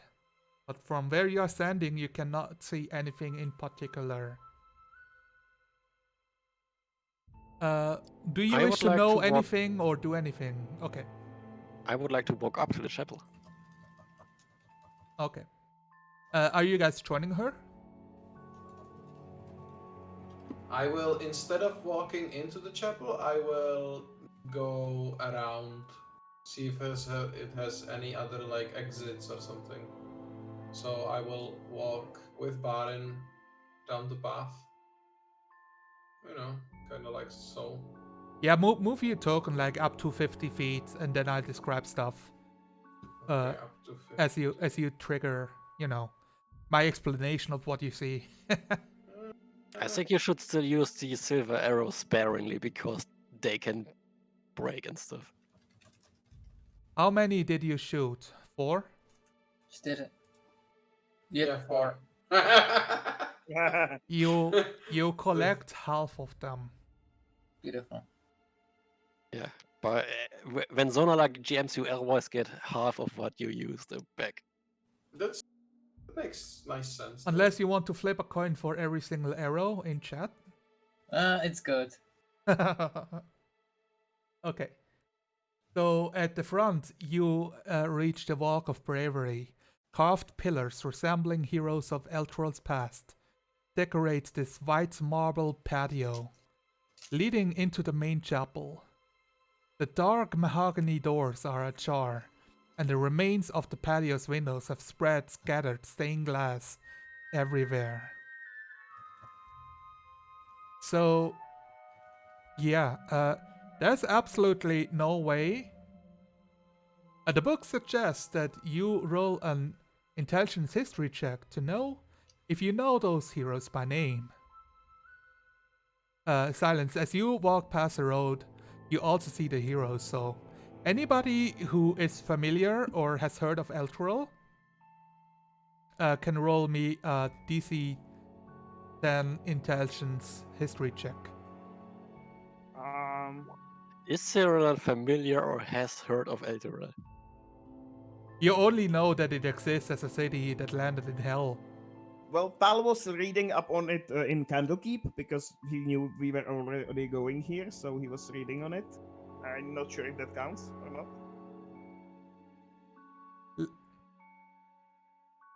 not. Silence has lived here his entire life, but he doesn't give a shit. Obviously. Yeah, if Tal's preparation counts, then I will roll. No, it's more like he does give a shit, but his memory is just no good. Yeah, I think Tal can roll on it. I'm fine. You could say he has a lizard brain. Almost. Tal remembers everything.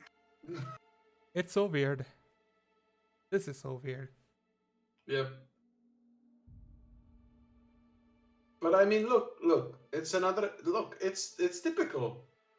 Like you know, for people who are from abroad or from a different city, to go to your city and actually know more about it than you do, because you just live there. You don't really feel the need. Yeah, to be honest, that is so much true, especially like in Prague. Yeah, it happens all the time. It's super normal here. Especially if you like, usually when you live here, you don't go to like the tourist parts of the town. Exactly. You know? Yeah. So Tal, Ipo, would you move your character like up to 50 feet, please? Unless you wish to stand like at the very far back. Probably. You do recall the names of those heroes, as you have read up in Candlekeep itself, who does have like a huge historic section of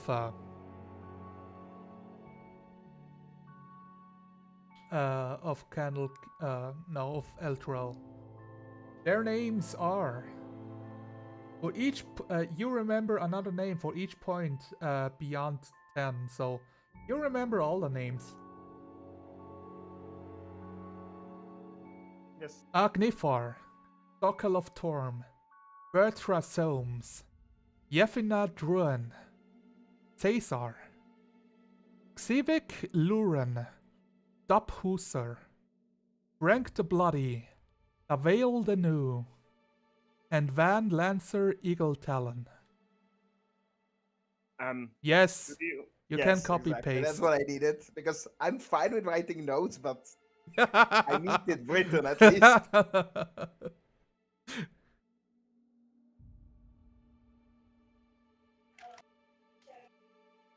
yeah.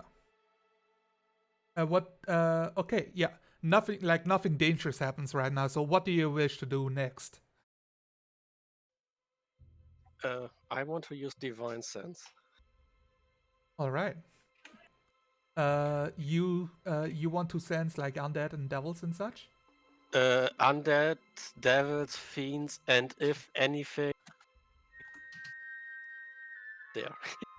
By the way, Tal will of course like recite all of those names to his allies.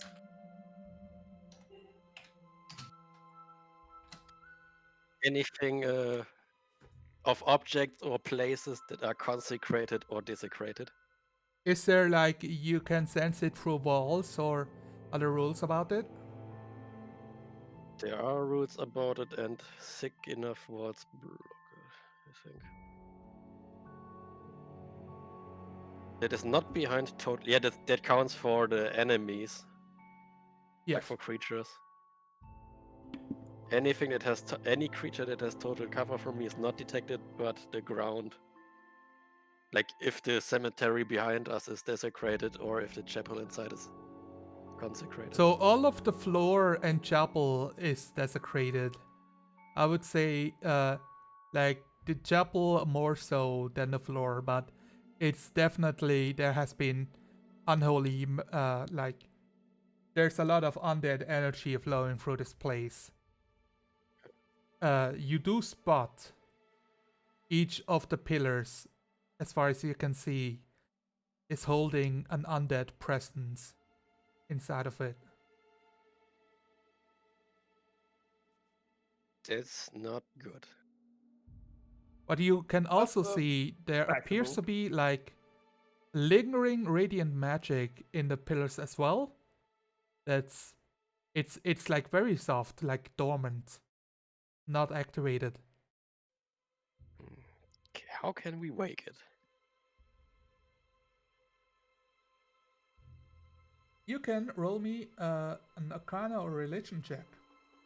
Sorry, I didn't catch the last part. So, what presence lingers in the pillars? I heard An undead. undead and like a lot of desecration and a bit of consecration. Okay, so there's like a divine or the radiant sense as Yeah, well. and a lot of not divine. Mm-hmm. What was the roll? Whichever one you prefer, Arcana or Religion. Well, the roll is exactly the same for me.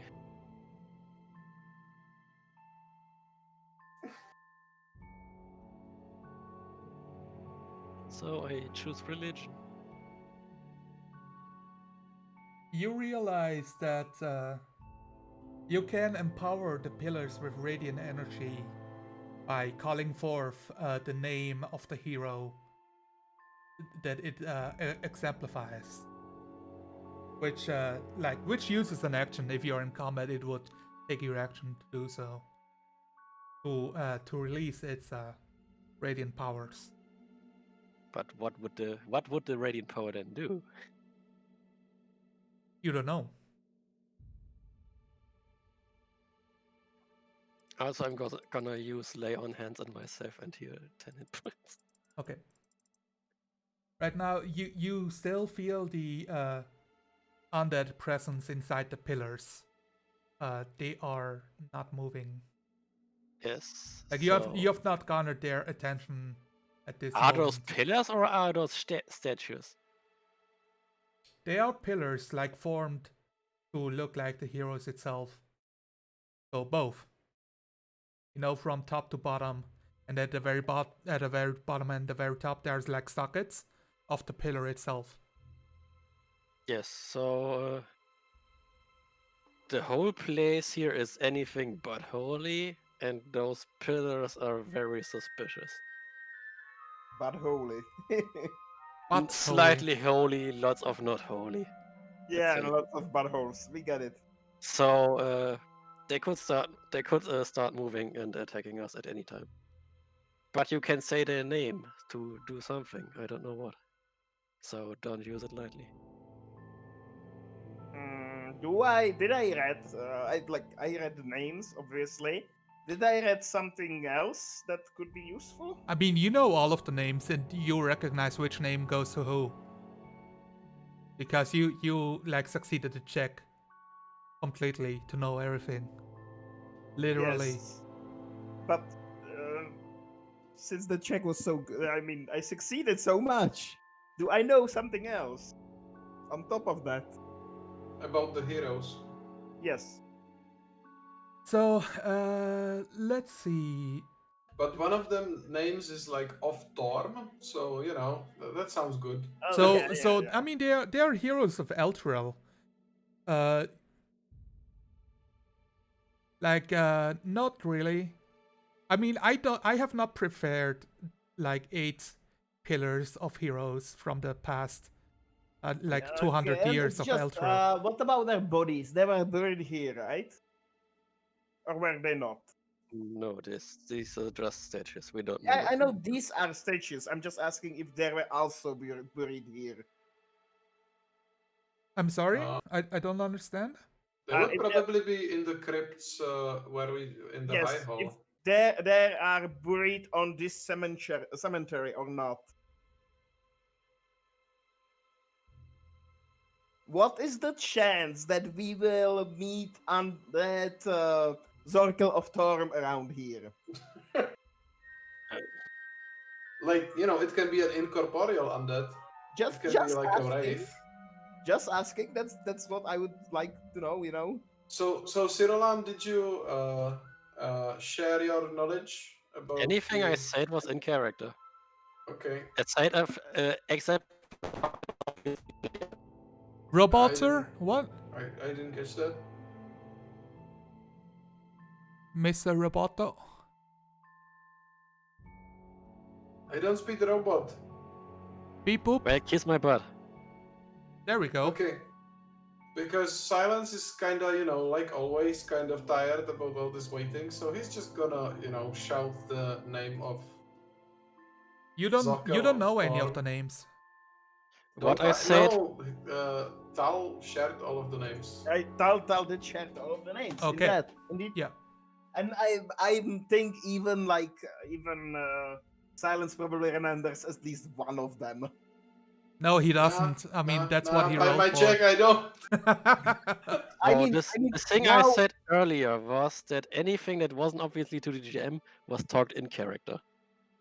Yeah, no, I mean those 2 minutes since Tal told you. That you Then- still remember at least one of Oh, them. yeah. Yeah, I probably like remembered just one. Which would be the Torm guy, obviously. Yeah. Yeah, sounds good to me. I also have a question, but that's slightly meta. Does any of the statues resemble the hero woman they met in the cathedral? Ooh, that's not meta actually at all. No, it is because Cyrillin doesn't know about anything of that. It's one of those things where the book doesn't account for this, or doesn't draw any connection between the two.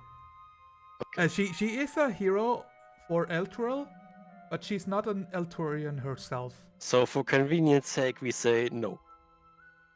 I would say that there are females here portrayed, but none of them appear to be like a punky barbarian. All of them look very, very stately in some way or another to be. I don't know, like Bertha Zooms. I'm just shouting the name of Zockel of Torm. Okay. Yeah. Didn't I just say that you should do that sparingly? Look. So the pillar, the second top pillar, activates as you look at it and calls out its name.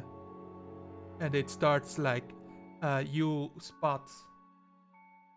Yeah, you Tal spot that tries it to glows with recite radiant another energy. name. Can you let Zonala finish a sentence? So what does the statue do? It didn't understand anything. It starts glowing with radiant energy. And as it does so, you'll hear a cry of a creature that's like being hurt by it.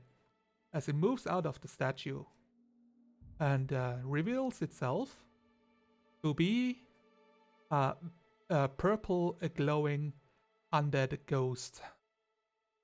Smite. So let me, reveal a creature, which Oh. will trigger combat. So let me remove all turns. You can click on your tokens.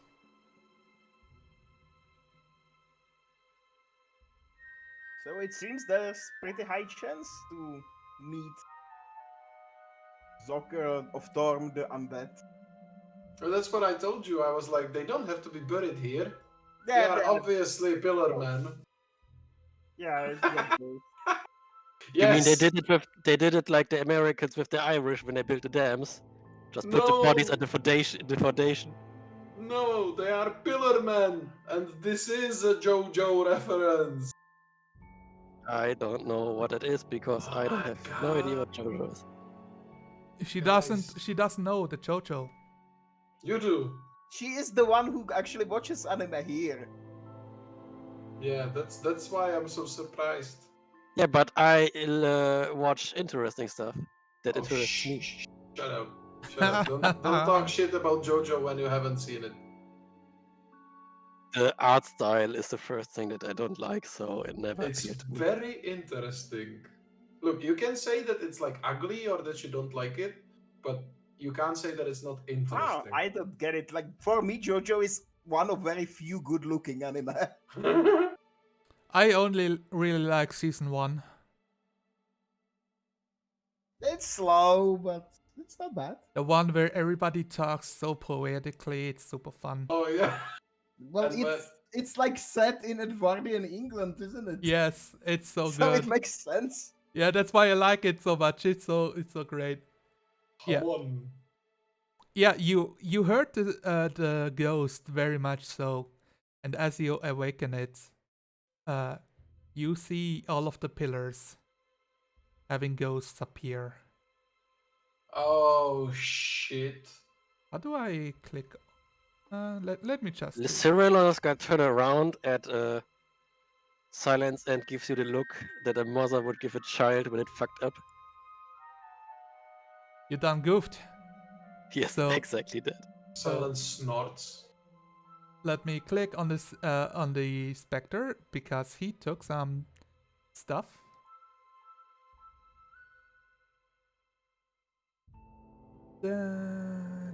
No, I recommend you to speak out the names of all of them.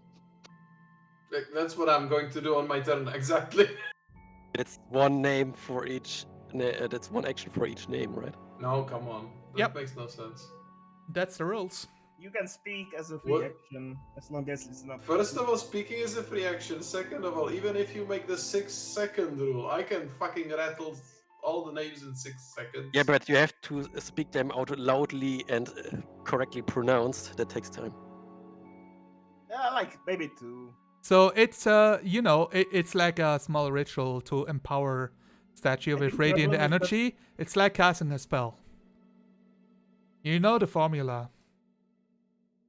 I hate this shit. You say the name like Gandalf, you know?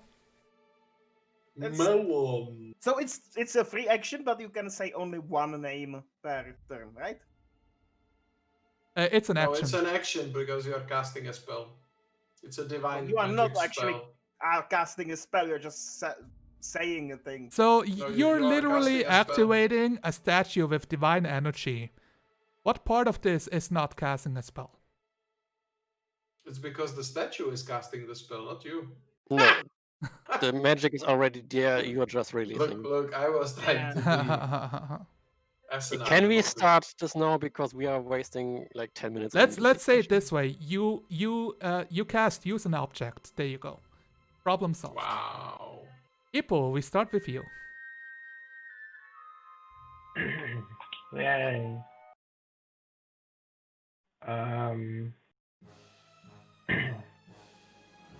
Let's try this thing. And they will be this one will be silent and this one will be blind. Lalu, Oh, why do you suddenly sound like if you had like your head stuffed in a cupboard or something? Yeah, your mic is like super shitty right now. Oh god. Hmm. It's like you're eating it. No, yeah, it's like you have it, stuff in some hole, and that hole doesn't necessarily have to be a mouth. It is both. Okay, I will try to fix it. So, Also correct me if I'm being presumptuous here, but aren't undead immune to being blinded? I don't know why he's doing this thing. I don't even know. I mean, he's always doing the most illogical stuff, and that's just Ipo. Why would he know how ghosts work? Because his patron is a fucking undead. Yes. He didn't tell him that, like, how ghosts work. He only told him, like, this is how you raise skeletons. Also, because he did it already on some zombies and it didn't work. But those are zombies. Okay. So, I rest no, my case. I just wanted to say, I believe you have to choose between blinding and deafening. Yes. And So- you can so only you choose can- one target. No, it's a higher level spell for him. Oh, okay. Wow. Oh, yeah. All right. Because Warlock. Mhm. So you can use it on 2 creatures, but you have to pick between blinding or deafening. Wait. So at what level does he cast his spells? What levels 3. are you guys? Yeah. 6. It's a- So. It's 3. 3rd level. Okay. By the way, is it any better now? You are louder and more clear, and you seem Yeah. to have removed the cotton out of your mouth. Nice. Yeah, it's an improvement. Definitely. Yeah. What's your choice? Blinding or deafening them? Pick one. Deafening. Alright, let me check. Why deafening? Because then Because I hope they can't cast spells. Wait, but deafness is not like being mute. Deafness is that you cannot hear. Yeah, and you don't need Oh, to. I'm stupid. Okay, so blind. it's okay. That's just language barrier. It's okay. Yep. That's just yes. language. Let's see. Deafness is unable to hear. Yeah. And if you're a wizard that has practiced his spell formulas, you probably are very little impacted by that. Let me double check what the character sheets say, how they sense things. They have dark If you make vision. them deaf, at least you will spoil their fun because they will be unable to listen how we scream like little girls. So You mean they might lose interest then?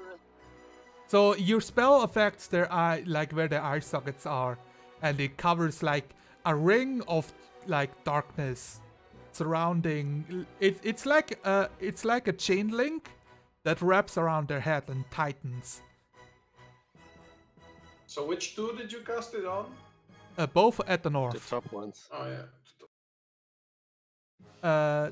It appears to be effective from what you can surmise. Nice. Cool. I'm happy little kobold. Good. And with that, we will have the turn of the shadows. Let me hand. Oh, what's a good symbol? And Let's- Silence shouts, Ipo, Rhea, and Thea, get out of my way. I'm gonna charge him. Get out of my way. Get down! Get Get down, down. motherfucker! Now I imagine Arnold Schwarzenegger again. Get down. Get down! Get down. Get to the chopper! Okay. Put that cookie down. Get down. Well, the shadow is blind, so he doesn't have anything else to sense you guys. So I will make a perception check with disadvantage. See if he can hear your presence. Well, I just shouted. I rolled a 5, so well, he knows like where you are roughly. I guess. Thank you for shouting. But that also means that he ignores like the gnoll, the griffin. So he misses you and hits Barin. floating through him, which has the special effects. Let's see. He can move through a space. Okay, now he's not like moving through creature, I don't believe. Is he? Is he not? Is he? I'm sorry, guys. I'm using so many different creatures today. Look, he's small enough to weave through like Barin's legs. Probably. Yeah, so it it bounces against Barin, and it just reaches out its hand, like pressing them against his scales. So let's have him like here. Yeah, because it's not moving through an enemy creature. And it's using its strength drain with disadvantage because he's blind. I rolled a crit and a 14. That's a 14 hit. A 14, I think, does not. Let me check. That's exactly his armor class. He takes 8 necrotic damage. Ouch. Roll me a 1d4. 1d4 coming right up.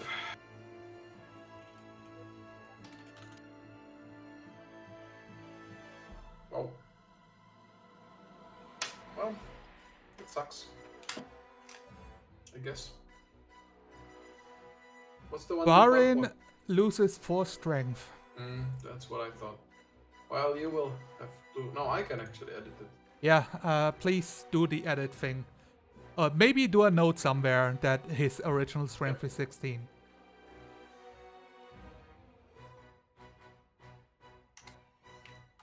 Now we have one ghost floating over here.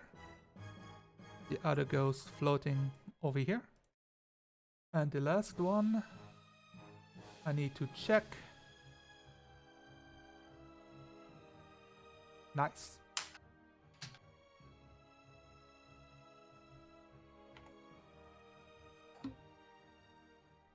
Everybody waiting with bated breath for the DM to finally move on, as he's just so slow. Actually, oh yeah, let me, roll a check. Wow, guys, I really fucked up this time, huh? Look, they would attack us anyways, just without the one hurt. You see Totally. one of the shadows disappear. Oh shit. You saw him like approach through one of the pillars,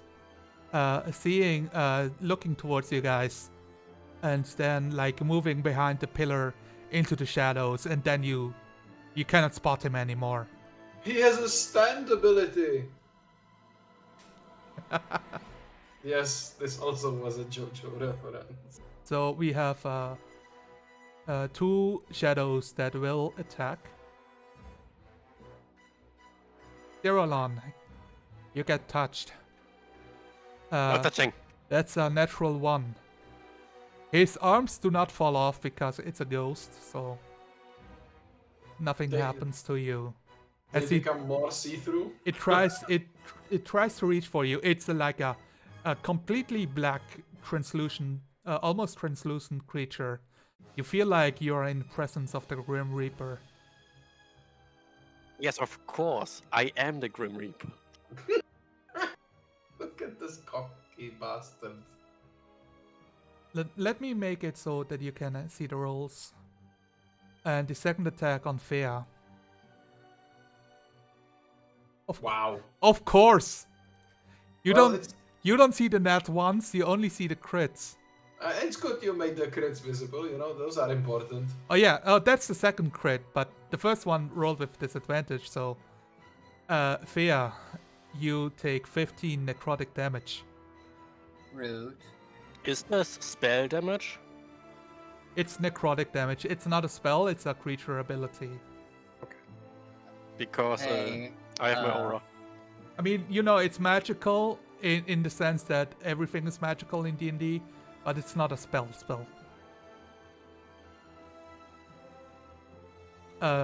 I do need a 1d4, Thea.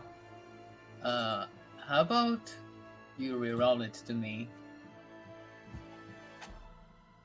Oh, you wish to use your luck? You're pushing your luck? I am. You can use it on the enemy, I believe. Uh-huh. I'm gonna roll instead for that. Yeah, it's the Yeah, same. you roll a d20 and see if it uses this one. Oh, nice. That's a miss.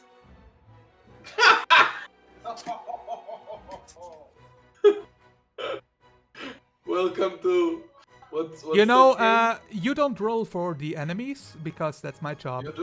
You do. So- Yes. Because it says in the ability itself. You can also spend 1 luck point when an attack roll is made against you. Roll a d20 and then choose whether the attack uses the attacker's roll or yours. Okay, yeah, I take that. That's a 10. A 10 plus 4 is 14. Does it still hit you? No, that's a miss. Okay. Yeah, you see the... I mean, how are you lucky in this situation? Explain to me. Like, what's happening here that gives you, like, the extra edge? How does it manifest? Well, She you tripped. see, It's not obviously. like slipping on a banana peel. It's like... It is because that's how she avoids it. Don't be like that.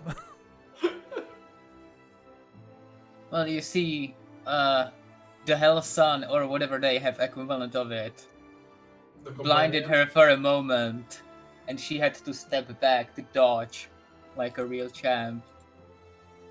Oh, it's a lightning strike from the companion lights up the sky.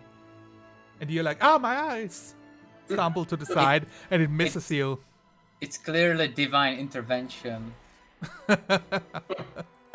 It is. It's almost like the master of the companion wants you to be saved. Wow, this is so asinine.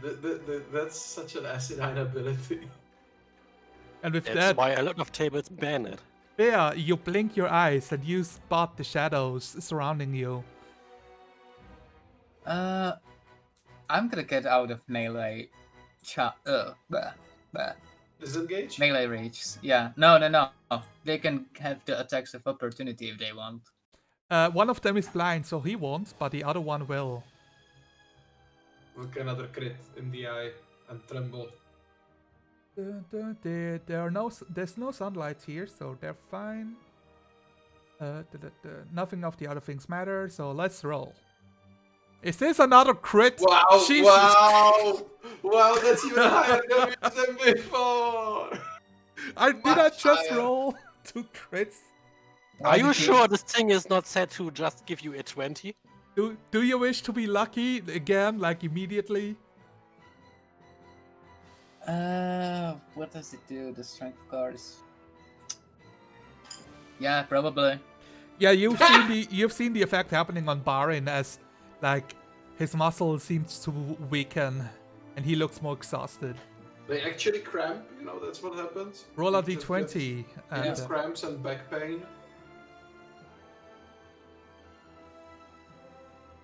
all right. Do you wish to choose the other die? Yes, I do. What's happening Is this this time? enough to kill you? I mean, he doesn't no. have like 4 strength. This is Oh. Oh, I Uh, thought the 10 was the strength. No, it's 1d4.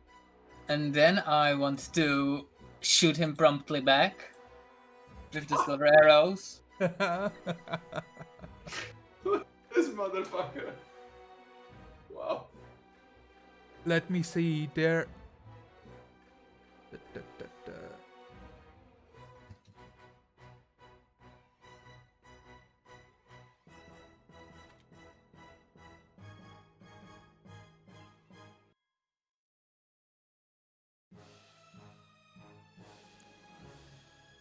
So I'm double checking real quick because some of the monsters specifically say what silver weapons do. So I believe like silver arrows don't have like a native bonus to everything, but it depends on the monster if it says on the character sheet. In this case, the silver arrow has no special effect. Oh, good to know for the next time. Yeah. You would notice with this attack that it's dealing your normal damage. So it's taking. It appears to be resistant to your attack, but with the first shot hits deep, the second shot hits deeper, and you see like the necrotic energy itself like explode out of its non-existent mouth, and it like dissipates. Shadow is gone. So they don't have resistance? They do. Ah, okay. You just did so much overkill damage that it's destroyed immediately. That's why Shia will never become a fucking magical bow. You can just enchant the bow with Tal if you want easy mode activated. I mean, I can use magic weapon on it. But yeah, that's my turn down. Feel free to, unlock easy mode. You completely destroy the shadow that has been harassing you. And with that, I think we are with Cyrillon and her companions. It's like, don't touch me, creep. Yeah, you insult him so much that it disappears in shame. Hentai! Baka hentai! Then he comes back as a shadow tentacle monster. Oh man, how do you know what my plan is? Because I know you. Do you? Yes, I know you better than anyone in this chat. Fine. So Cyrillon sheathed her sword. Schwort. And since she's carrying it with her tail, she will lift her tail up between her wings and just pull the sword out. And slam it down on the whatever the fuck is standing in front of me. Okay. I'm not talking about any of the pointy ears, so neither tier or the rare are meant to be hit. You're talking about the medium undead? Yes. The medium undead can go back to where it came from. Let's see if you hit. That is a 24. Yeah, that hits. That is 9 magical slashing. Not 10. Do you have to notify me if you consider 1 hour has passed since I casted magic weapon, because then it ends. You've been like in a fight like 5 minutes ago, so this is all. Yeah. This is all in the time frame. That's 10 damage. It's still alive. I'm not going to correct if undead are still alive or not. Who cares? They are moving. It's still wriggling around. Then I will hit it again, because I don't have anything better to do with it. I think. Oh, also I get to reroll. Fuck. Staying alive. So it takes 11 magical slashing damage. That's 12. Is it? Is it?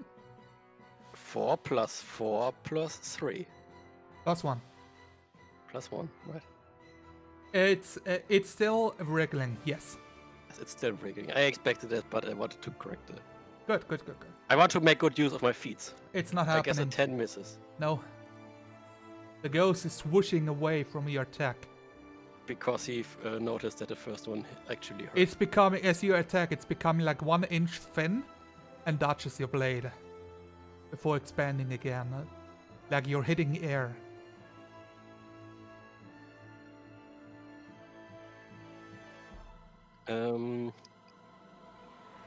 Well, how much does the gnoll want to fight a fucking ghost?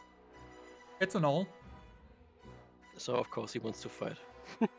You are in combat, being attacked by ghosts, so it has sworn its life to yours. Yeah, he's sworn to do what I said. And Why what do I you said wish is, me to dishonor my heritage? I'm here to give my life to you. yeah, that's the problem.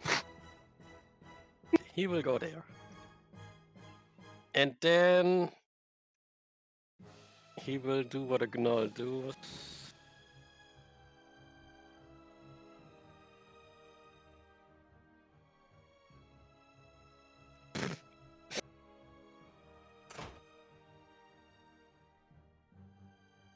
Let me just double check. Did I just crit 2 times in a row?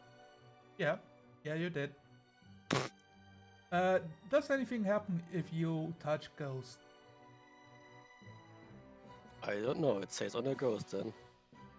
That's what I'm looking for. No, you are. Those attacks happen. They do not harm him. You get sent to jail because they are lolly ghosts. What's the bite damage? 6. The bite damage. Oh wait, let me double. It has damage resistance against his bite, so It takes 3 damage. Yeah, it's alive from the bites. You can roll short sword. So 4 damage. Yeah, the shadow gets destroyed by the short sword, which activates the null ability.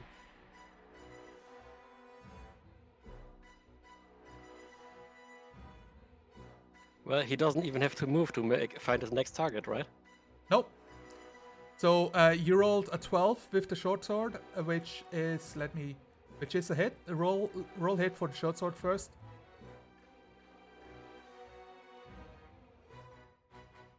Okay, now you can roll for the bonus action attack. So this null is just going to town. This null is Ravage. It destroys the ghost and revels in the non-existent blood of its enemies. Maybe I should cast magic weapon on him. He's very disappointed that the ghosts do not leave anything behind to salvage.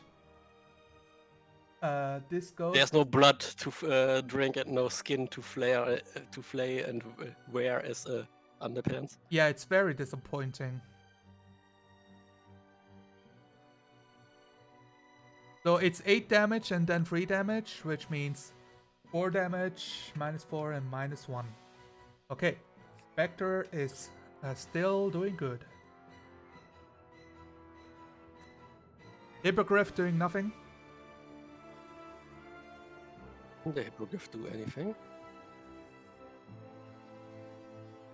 Okay, yeah, tell me guys, I end my turn when you end your turn.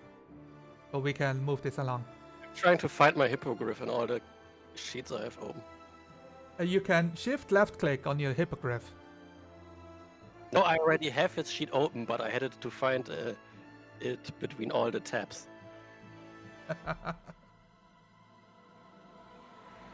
I mean, your hippogriff is like a mount, so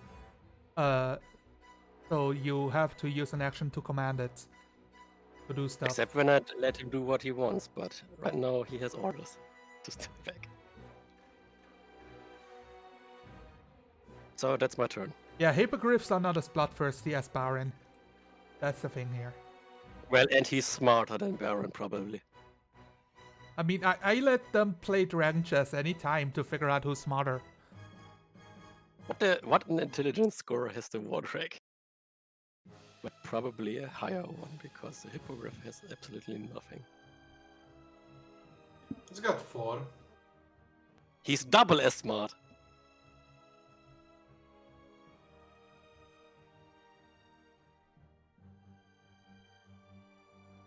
The hippogriff will do he will be on guard. He will look for more dangerous stuff. So let me see real quick. Yeah, no, that looks fine. And they have a lot of speed. So we have 3 specters.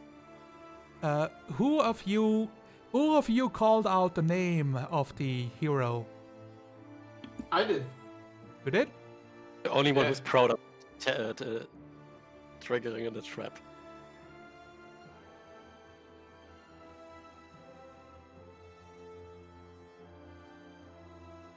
Look at those bastards. Oh wait, let me double. One of them is blind, so I'm going to roll a perception check with disadvantage. Look, could I like protection from evil and good and shield of faith real quick? just real quick. Yeah, because you can use words as a free action. That's a 12. Oh, shut up about that. So the 12 misses. I think the Spectre doesn't know where you are at this point, as it's being attacked by Null. So one of the Spectres will try to defend itself by attacking the Null with a disadvantage instead of traveling towards you. Also, we don't see our rolls anymore again. I don't know why. Oh, it's because it's a different creature. Oh, so look, it's okay. We can, you know. Yeah, trust our it's GM. automated for every creature that it's whispering. So it rolled a 19 on the Null to do 10 necrotic damage. And roll me a Constitution saving throw for the Null. Constitution saving throw. That's Yeah. new thing. That's for Unicorn. Does the Gnoll get any proficiency stuff because he's my retainer? No. That's a failure. So No, that's a critical failure. So don't so he doesn't like take 10 damage. You reduce his maximum hit points by 10. Oh shit. Make a note what his maximum hit points are. That's just, he has half of his hit points remaining. Yep, something like that. So the other two specters will both attack you. Silence. Mm-hmm. Look, I get it. I've been the bad boy. That's Those a both crit miss. fail. The other one is a miss. And the specter itself will move into you. And you take 1d10 force damage.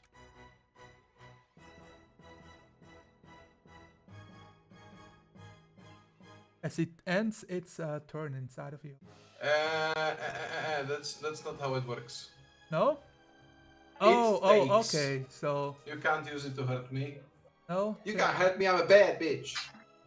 Oh man. Yeah, no. I believe you are correct.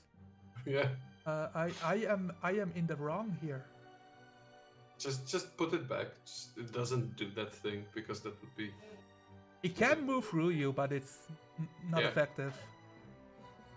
We So are now not you're using, being very quiet to me. Me? Yeah. It's because Just- I'm not talking into the microphone. That makes sense. So the ability was still working. Any undead creature moving within 5 feet of the empowered statue of the first time, for the first time on a turn, or starts its turn there, takes 1d10 radiant damage. So that's this creature, the spectre at the very top.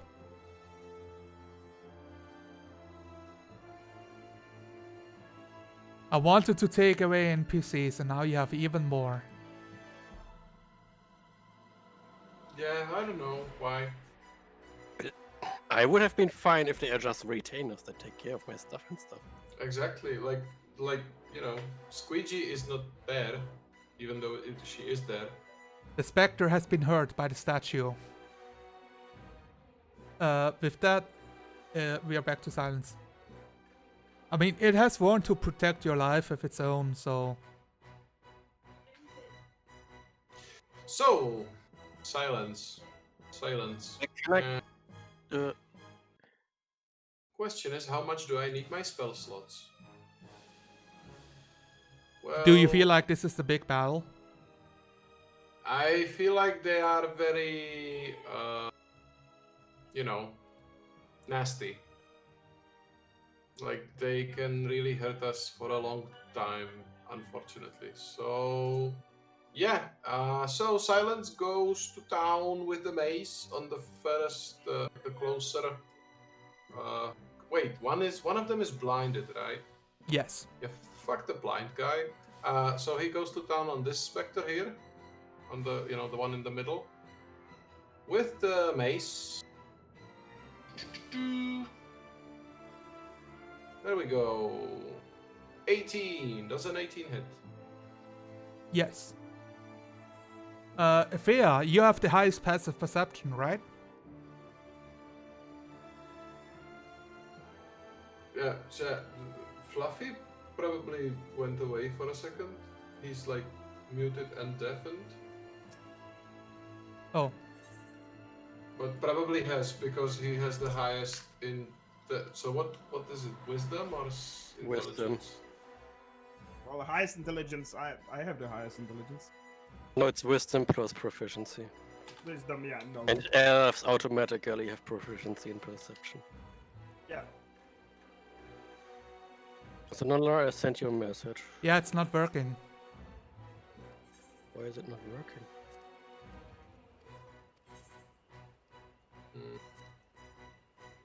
Oh no, Sorry, it's okay. Yeah, it's working. Sorry, I was busy. Thea, So- I wanted to tell you, you have spotted on the battlefield several shadows and specters are attacking you. But you see one of them at the very south slip around the corner and fly away. Okay. Like it's out of sight by now. So that's a second one that just like got away. Yeah, one of them went invisible. The other one flew away from the battle.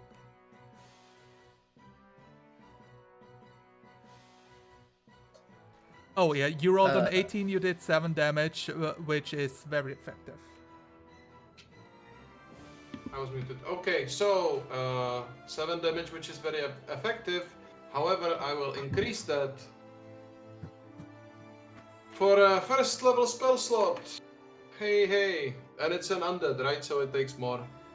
Yes. With a divine smite. Why doesn't it? Okay. You will increase it? That's not. What? That's just what you said, right? I will increase the damage that I did. Yes. You deal basic damage with a first level spell slot. Yeah, but I will increase the damage that my mace did by using divine smite. Oh, That's, divine. that's the logic. Your So- sentence made no logic. It takes 12 radiant damage and the Yep. spectre still floating around, grievously wounded. It's shimmering in and out of existence. Well, that's good because I want to, you know what I'm gonna do with the mace this time? I'm not gonna like hit it. I'm gonna use it like. Have you ever seen somebody in a VR like game using a virtual sword, just like flicking it back and forth, just like not doing an actual strike, but just like looking as if they are, I don't know, handling a pan with oil, or I don't know what how to call it. Like it's very hot. Yeah, like you just flick it from side to side quickly, like there is no effort. So I'm just basically trying to disperse the ghost. Shoo, go away. Yeah, exactly. There we go. Yes, it's a hit. And I'm dispersing it for another 6 damage. The ghost disperses. Good. That's the end of silences then. However, there is still Rhea. I don't know if she comes to Silence's help. He's been silly, but she will probably go to, Ipo's help. So she'll like run down here and goes to town on the other ghost. Holding a magical battle axe with 2 hands, going like swish swish. And she probably like saw what Silence did, so she's again not using the edge. She's using it like a fly swatter or a pedal, and just dispersing the ghost as if it was a like a cloud or something. Yeah. And sees that it's not a very effective way of fighting. It's not helpful. Yeah. Which one is she attacking? There's no ghost in range. No, she moved and she's got this one Oh, down here. okay, yeah. So, tries again, this time with the edge. It's edge time. Yeah, it's edge time. Oh, it's only a crit. It's only a crit. Slashing magical, 15 damage. Is it 15? I think it should be +1. I'm not seeing a +1 in the calculation. No, 1d10 +4 and another d10. Yeah, that's correct. So yeah, 15 magical slashing damage. Okay, the Spectre's still alive. Oh, okay. Well, and then what does Barin do? Barin doesn't do anything because he's being commanded by me to just stay. And that's it. Okay. Tal, we go to you. What do you do? Yes. Well, that will move here, bit back from the baddie. And he will attack the ghost right under him.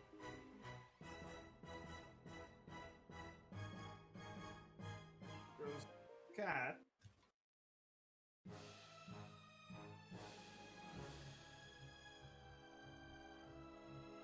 Yeah, I think that's a hit. Sure. That's a really nice roll. I'm trying to 11. remember again why your cat does a +11 on hits. So, but I believe you. It's It's very simple. The cat shares my spell hit modifier. okay. Force damage, I believe, is just normally taken in this case. So he takes 11 force damage. Are you attacking the shadow like this one? Yeah, the shadow at the closest. Okay. to me. And I assume it's still alive. So Yes, it's still undead and No, I'm not. not being pushed away because Rhea is in the way. Yeah. Okay, then he Wait, will... can't they move through objects? No. Okay. I mean, they can move. 14, They that's- can like become really thin.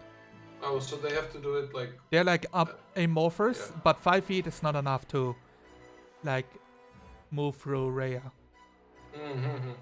14 is probably miss. Let me check. No, 14 is above its armor class. It's a hit. Nice. Yeah. Crappy roll. Its fire damage. It's an 11 11. It's enough to kill the shadow. Your fire strikes it, and it goes up in smoke. Very nice. And the Bubo will try to hit the one Ra was attacking. All right. 15 is enough. One.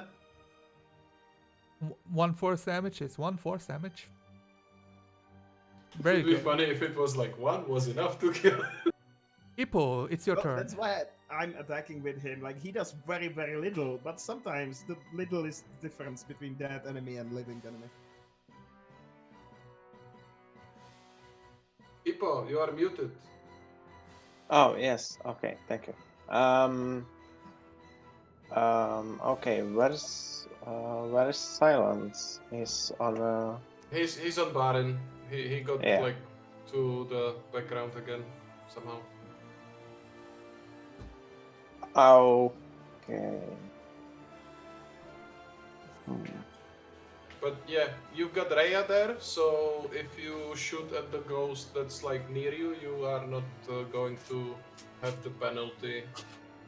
How's Rhea? Is she okay? She's okay. Okay, so I will touch Silence with protection from good and evil. Okay, that's nice. And that's all. You have disadvantage cool. on attack rolls, I see.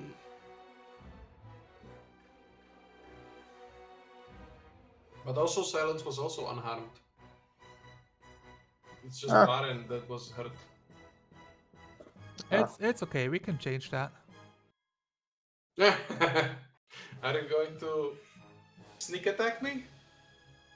Not you. Wow, okay. Shit.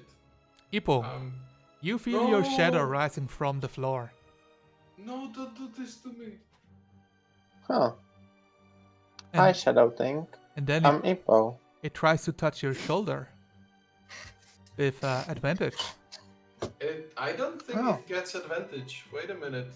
He's friendly, but I have Yeah, you've got the thing.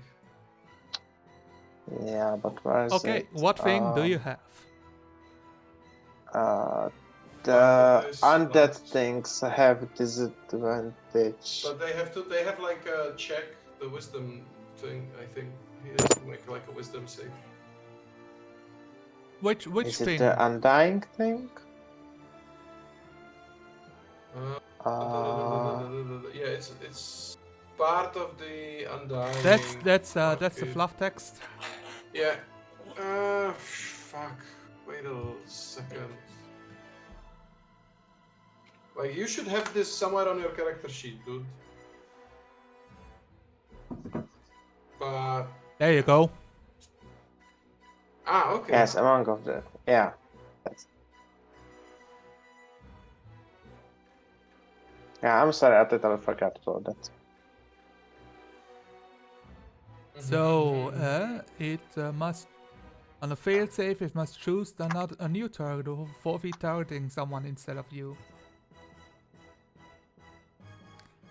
potentially wasting the attack or spell. All right, let's roll a wisdom saving throw. What's your DC? My DC is 13. Ooh, Oh, nice. Oh, it tries to touch you, but as it tries to reach for you, it you give off an aura of yourself as your head turns towards him with the skull side of your face. oh, I'm sorry. Is it spell save DC? Yes. Oh, then it's 16. Doesn't matter. That's good. I don't Yeah. know why it's higher, but okay. I mean, it's a miss either way, so that sounds good. Shadow could not drain your strength, which is good for you. Bad for the shadow. It's also bad for shadows are fairs. Fair. That's correct. I'm gonna use my unbreakable arrows and shoot the one at the shadow standing next to Ippo 2 times. I'm not mute. Okay, no, I'm not.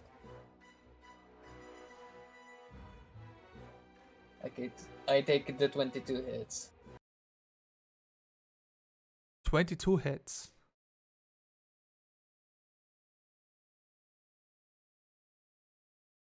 Have any other battle music?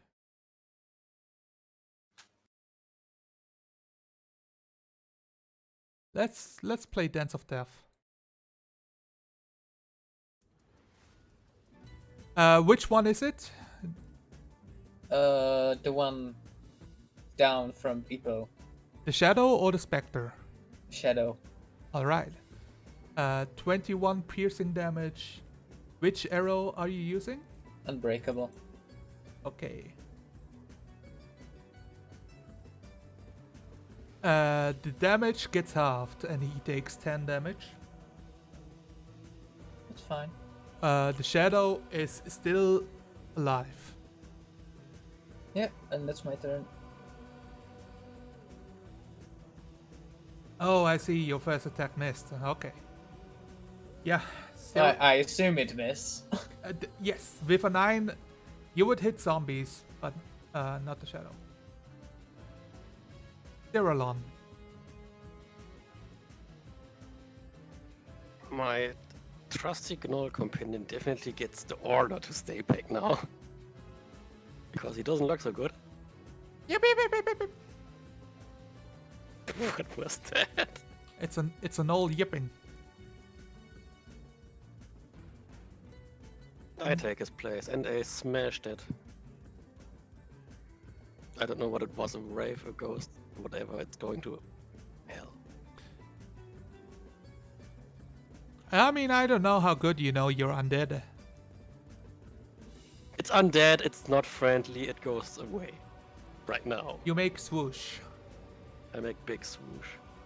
And I re-roll 1 dice.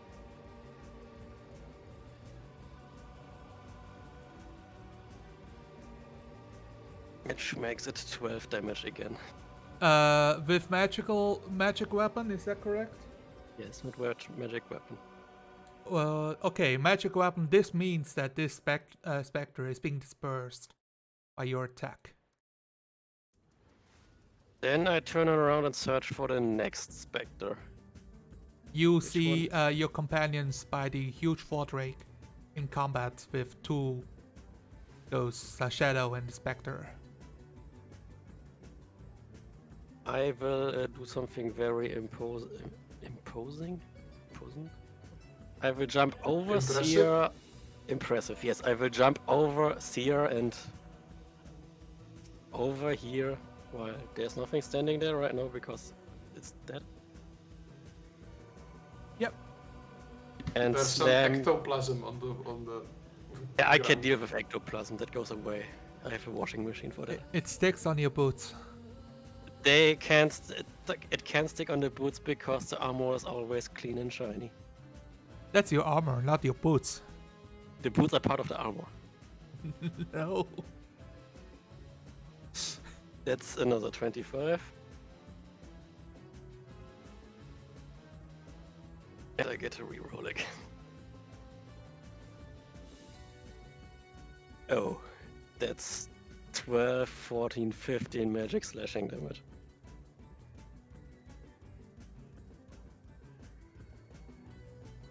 A big swoop from above. I'm trying to calculate what you do. So instead of a 2, it's a 6. So it's plus 4, which means 16. Plus 1, which means 17 damage. Are you not focusing? How? It's 17 damage. Alright, I forget the 4. Okay. It does slay the specter. Your magic weapon spell does a lot of dividends for you. Then I will take a step forward, taunt the spirit, and end my turn. Okay, you're taunting spirits. That it's the specter's turn. I'm counting squares. 20, 30, 40. Something happens that you don't know about. Silence, it's your turn. There is evil afoot. Silence will urge Barin to move to the shadow so that he can strike it.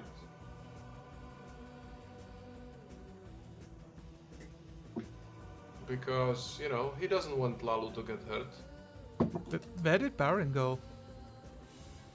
Barin is still here. Okay, it disappeared on my map. Oh, well, try zooming in and out. It sometimes doesn't display the rightmost side of the... No, I can see the rightmost side, I just cannot see Baron. Wow, okay. I well, will just reconnect. Probably. Go ahead and roll your attacks thingies. Okay. I don't believe the shadow will survive your first attack. If it hits. 17. 17 is a hit. 6 damage. Is it magical? Wiggle, wiggle, wiggle. Yes. Alright. I'm reloading roll 20. Let me see how much hit points I have.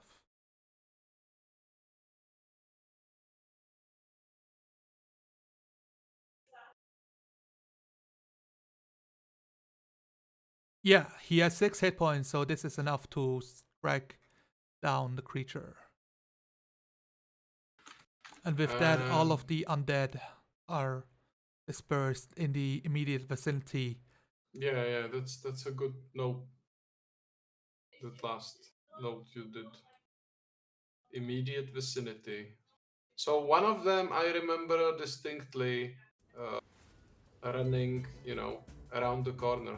Yeah, we are still in combat turn, so don't move your character until it's your turn.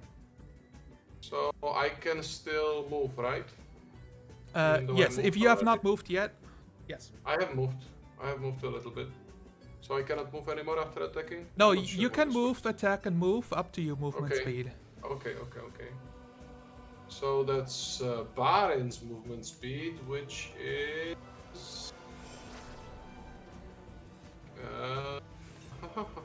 50 feet. Or burrow 20 feet. Wow, I forget about this all the time. So 50, I already moved 5, so I can move 45, so I will move here with Barin.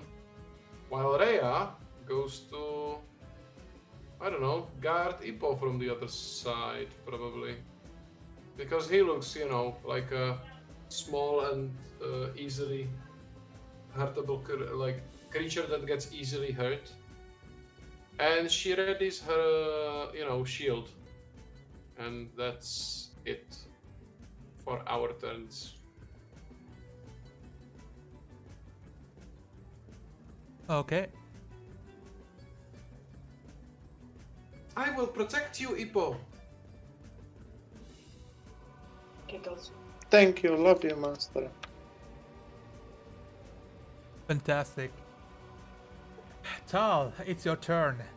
There are no evil creatures in the immediate vicinity. Actually, that's I need to. So like several things are triggering at the same time. So I need to load some information up and see how it changes what's happening here.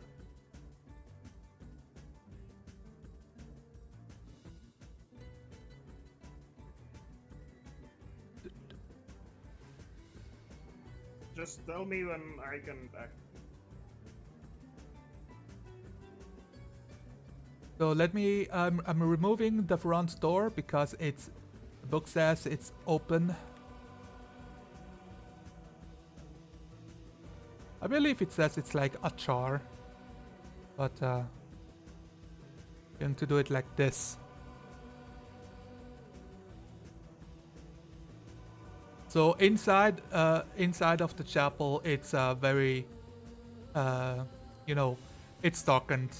Like some of the light comes in, but not everything. Okay.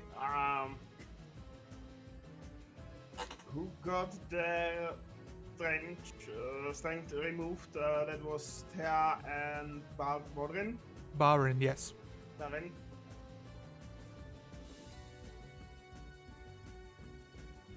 Was it Thea? Wasn't it the null? No, the null got just. I think I Thea did. got I- drain strength as well, right? I did not. You didn't? No. Okay. Yeah, she got lucky twice. Oh, she got lucky. Yeah. What a good time to be lucky. Indeed. Okay, then. Well, would you look at that? Don't worry about it. Is the combat still going or no? Yes. We are still in initiative. We are still in initiative. Tal, what are you doing on your round? Borin is too far away. Yeah. Okay. Is someone badly wounded? No. Not really. Except the null that's standing right next to you. The Knoll looks to be like he's an old Knoll now. He looks to be sapped of energy. Looks weakened. He looks to be like how a Knoll looks like after an encounter with a succubus. Oh, so he's not wounded. He's drained as well. Yes. Yeah, he got his constitution, like HP down permanently, I think. No, it's until a long or short rest, I think. Like The good news is none of you know. So. Yeah. Exactly. I know it's not permanent because D&D 5 has nothing that's permanent in that way. Actually, that's not. Actually, That's not I'm too the dungeon bad. master, so. Yeah. Also, I know in some campaigns there are permanent effect the Ghost of Strat. Yeah, there are Curse different. of Strahd is a dickbag campaign. It just wants to kill you. Yes. That's why you play it. No, I want to see a story unfold. I don't want to have 12 character sheets by the end of the day. Wait, but you like creating new character sheets? Yeah, but not 12 in one day. Oh, it's that bad. Okay. Well, Tom doesn't have. Ooh, he definitely won't be going in first. So he just prepares his cannon and his arm as ready action to cast flame bolt and shoot the cat if any enemy appears in the range. All right. Are you moving or staying? No, he's staying there. Okay. The same for your owl. The owl might actually go floor a little bit. Flies 5, 20. Yeah, can't fly that far. It will just fly over here and look around as well. So, consider yourselves like outside of combat. A new round starts, but I want you guys like all like take an action, and don't move past your movement speed.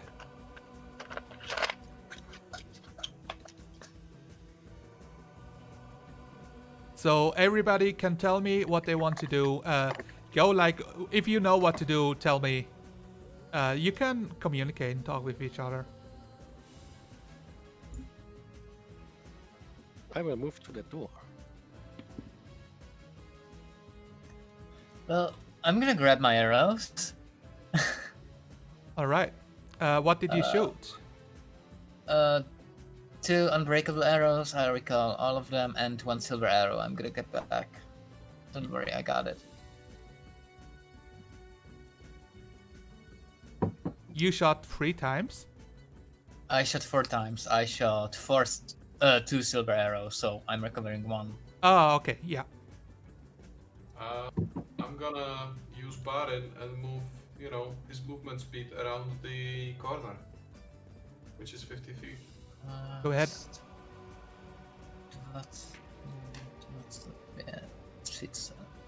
Never split the party, but also, it's not fun not playing optimally all the time. I'm looking for the Spectre, obviously. Let me Hey, see. I see it. I see it here, Sonar. I don't know if it was supposed to be hidden.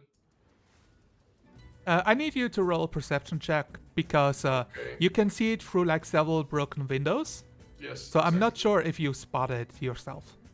I mean, yeah, it's not But the but primary yeah, you place are to looking touch. for it. So like there's a chance that you glimpse it while riding.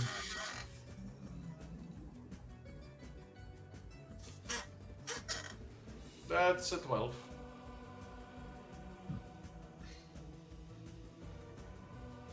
Let me just check real quick, like the natural dexterity of this creature. Is it skilled in? Okay, no, it's not. Yes, you spot. You can spot through the windows itself. Actually, And it's the only, number-wise, this is the only one that's left, right? Because actually, that one I'm going shadow- to. So you're not spotting the spectre itself. What am I spotting then? What you're spotting is a skeletal minotaur in the shadows. That's blocking line of sight for you.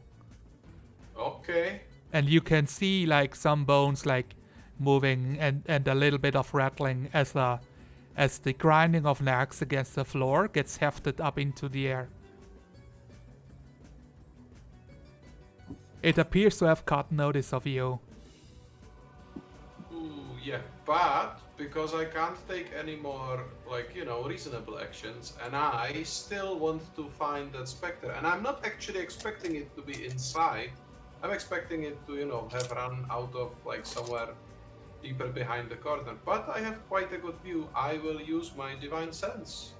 I don't think I will see it because it's further than 60 feet. Yep. So yeah, but in 60 feet, as long as it's not completely blocked out of my vision, I should be able to notice any celestial fiend or undead.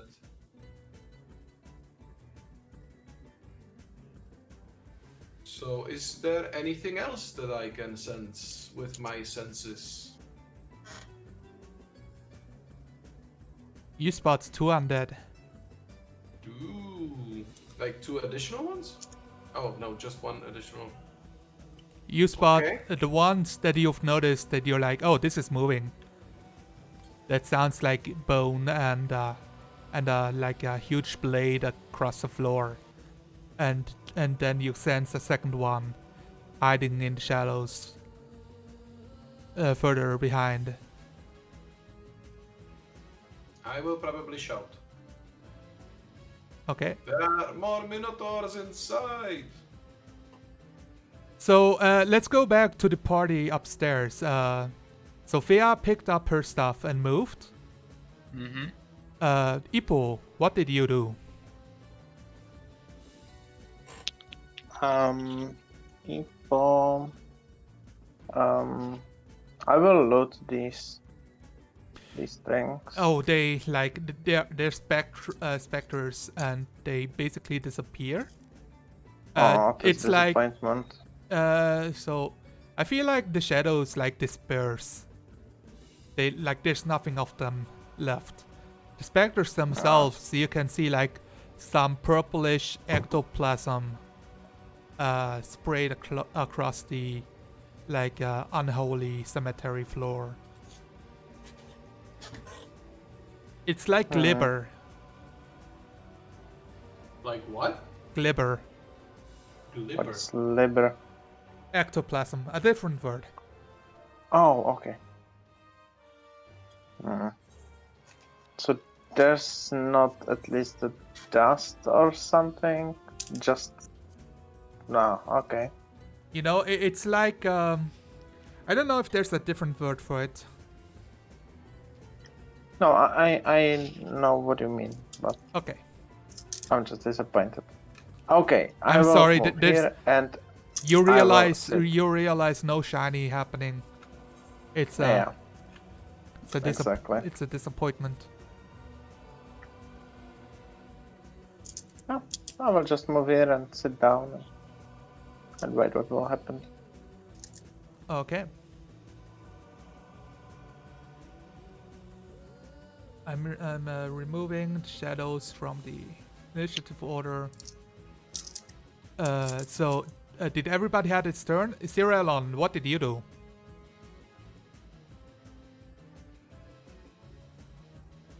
Cyrillon. You, Yes. what I did you just do? walked through the door so far. The door is open. You can see inside. Yes, I'm gonna steal. I'm gonna sneak steal a peek. Oh, I see something. You don't. Oh, I see something very well. Your character does not. I need a perception check from you. Why is it so dark in there? Yes. You know I have dark vision. What's the range of your dark vision? Not far enough.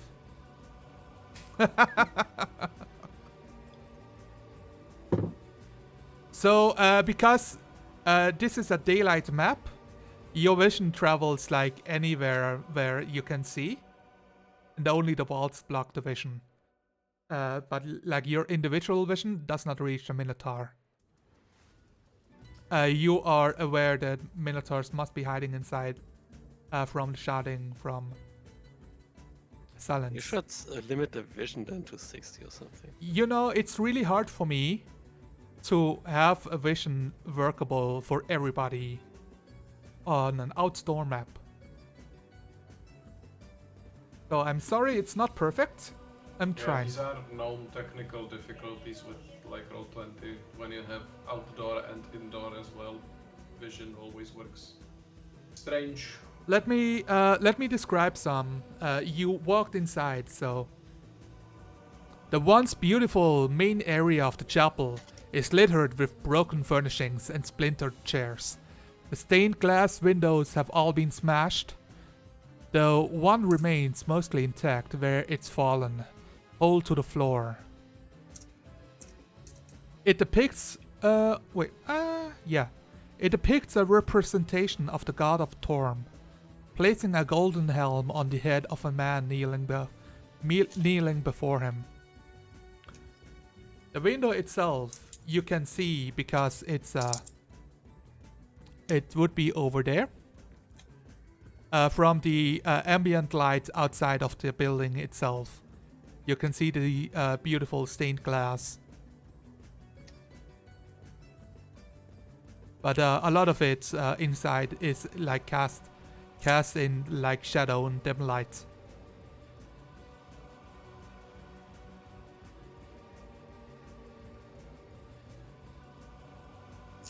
Cyrillon, do you want to roll a perception check or not? Like, you still need to. I still need one from you.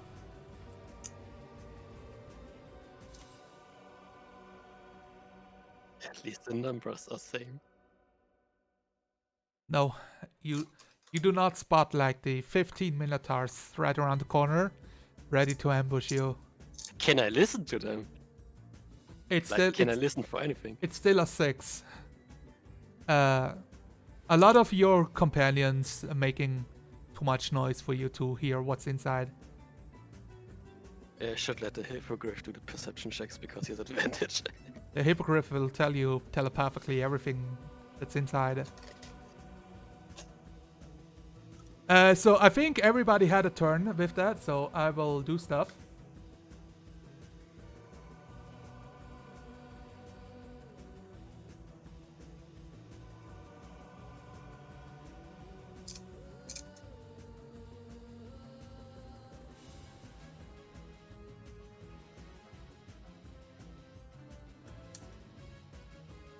Yeah, I think I can do it like this.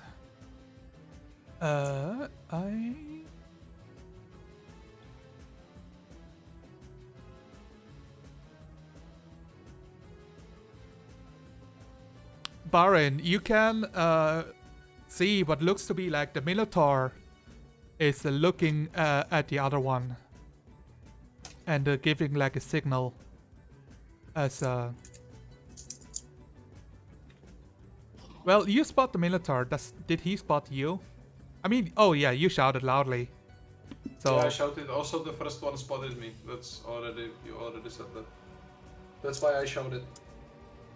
So you realize that it's the end of the turn. So yeah, for their turn, what they do is 2 Minotaurs bust through the chapel wall. Wow. Okay. Like that's this. That's intimidating. Like both windows charging through, crashing outside. The windows are already broken, but now like a lot of the window frame is coming with them, shattering across the floor. They make me sad. Standing in front of you. They don't get an attack this round. Okay. Yeah. I think that's going to happen for this round. I moved all of my things, so we are back into combat.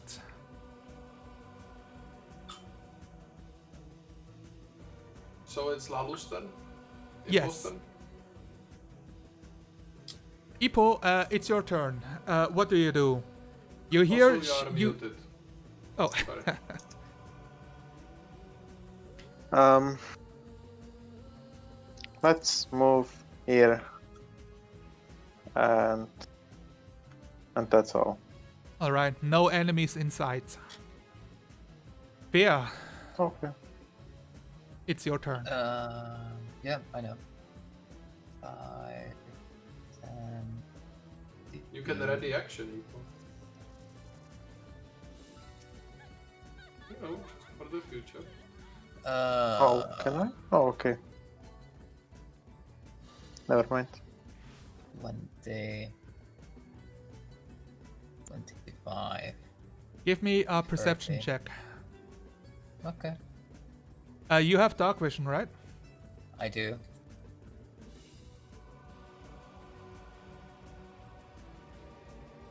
An 11. So I will. This is going to be a roll off. I'm so grumpy about every fucker and their mom having a dark vision. And I get shit.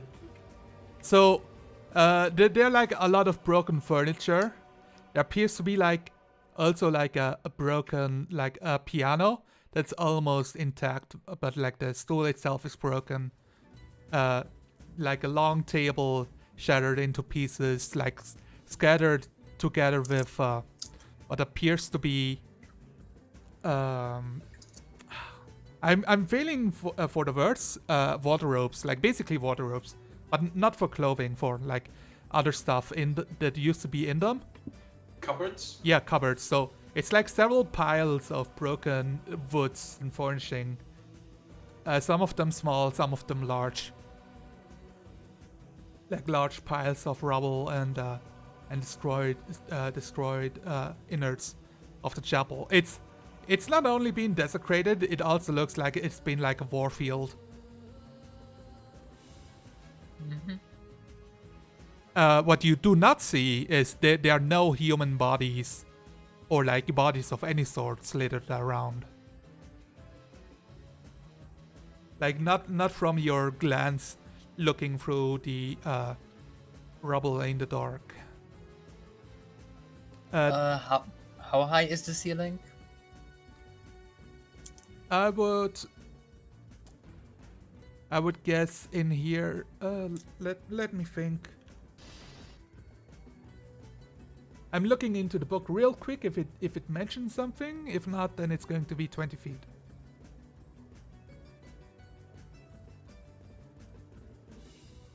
The Minotaurs have to fit them. It's 2 squares tall. Yeah, no, I think it's a chapel. So yeah, it's like 15 feet tall and an extra 5 feet for the tiled roof. Like going to a point. Okay. And then I'm gonna prepare to full attack anything that is enemy and comes into sight. Oh yeah, you're ready action. Your action is readied. Irelon, Chulius. Chulos? Well, I don't see anything. So I will go here. You do spot like there appears to be like a curtain around the like circular room. You do not spot anything from this angle. There appears to be a way further to the back of the chapel. I will pull the curtain aside. A bit first, then go fully. If there's nothing behind it.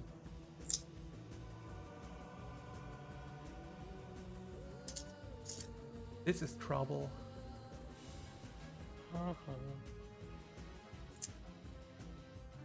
Let me move.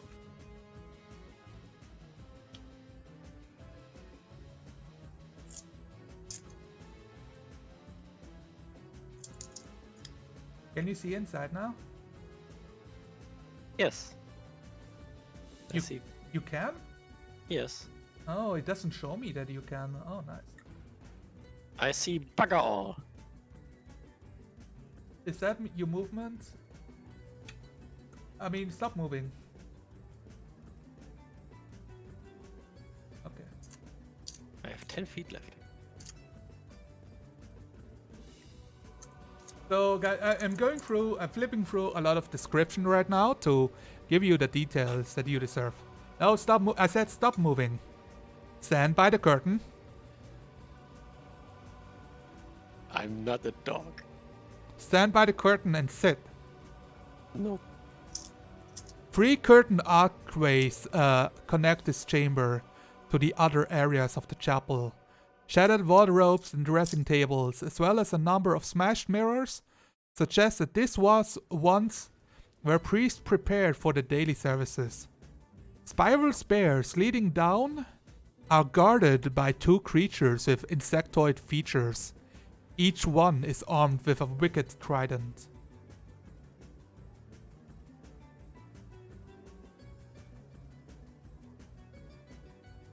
Bad news for you.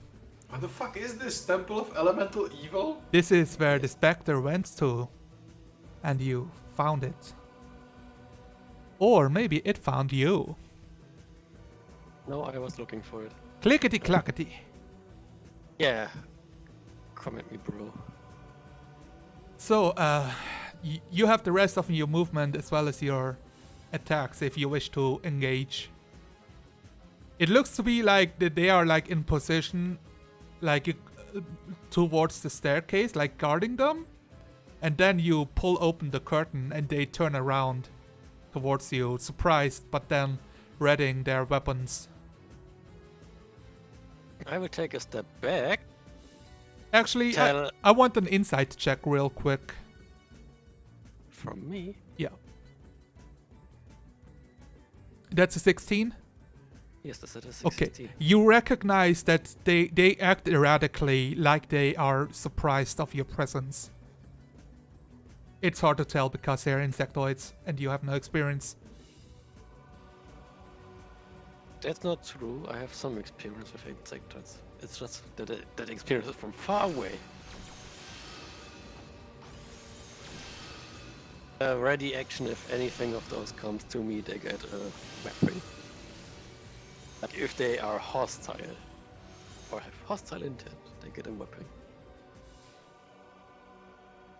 So, okay, the curtain is still pulled back, I believe. Yes, I will not pull it back. I mean, And yeah. I will tell, I found some guests. Alright. I guess I need to roll for initiative. For those bug creatures. So much initiative!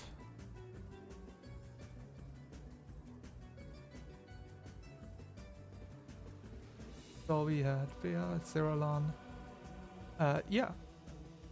I do believe that the Spectre will choose to follow you. Ceralon, can you see the Spectre from where you're standing? Yes. Okay. I don't believe that Tal can. The owl cannot. Ippo, can you see the Spectre?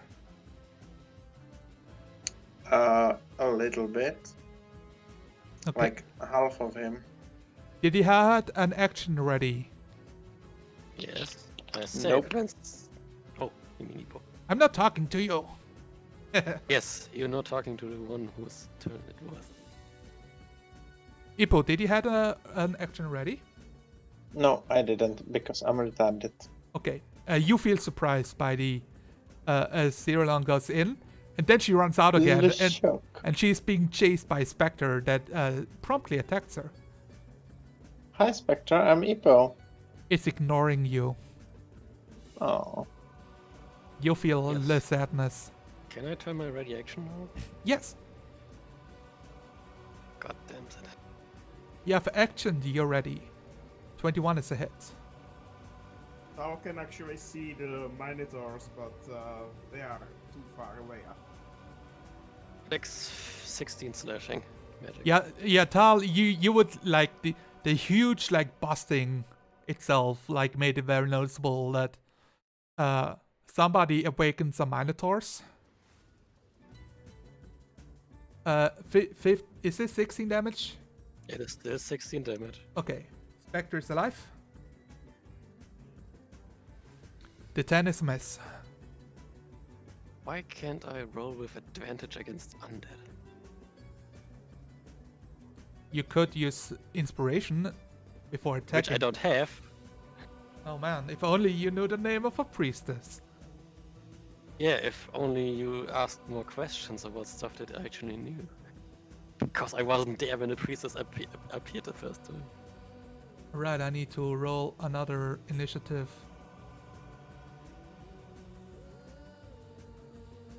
Okay, yeah, that works out.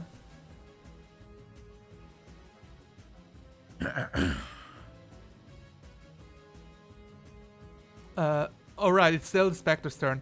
Oh man, I'm chuckling like so many different characters.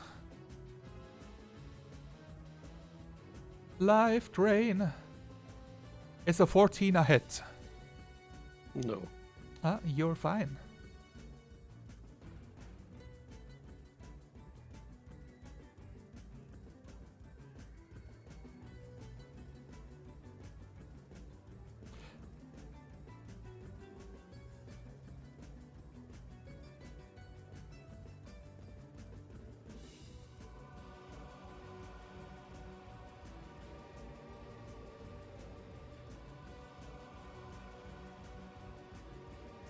Guys, I'm doing a lot of stuff. I'm sorry if I'm not talking, because I'm trying to,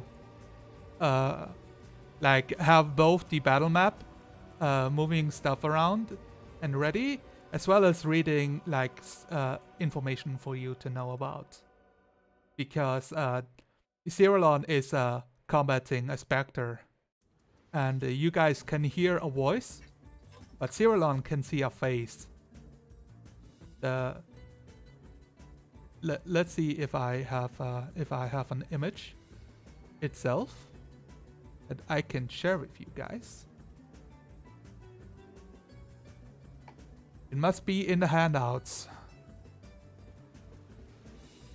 Named creature and monster handouts. Yes, this must be it. So, okay, yeah. This is who you see, Cyrillon, as he moves back the curtain. And, a person I don't know. Yeah, and spots you. So I'm looking real quick where I have the description of this person itself, so that I can read it out to you.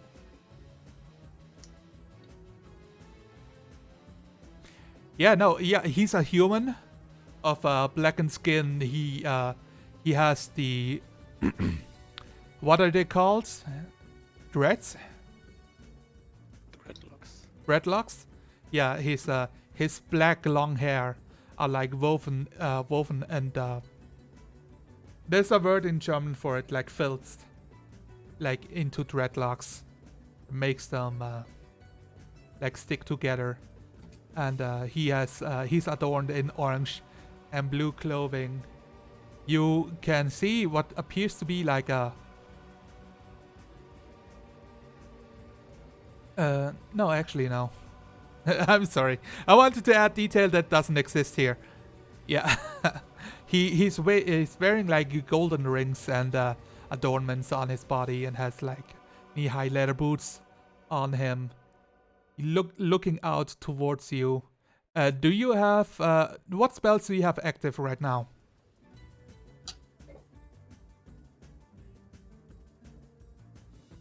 Cyrillon. Yes, a magic weapon. Okay.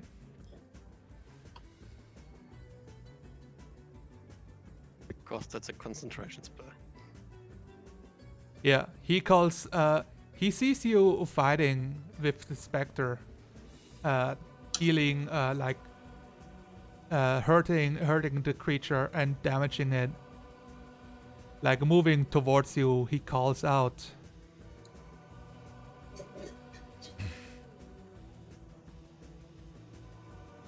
Devil,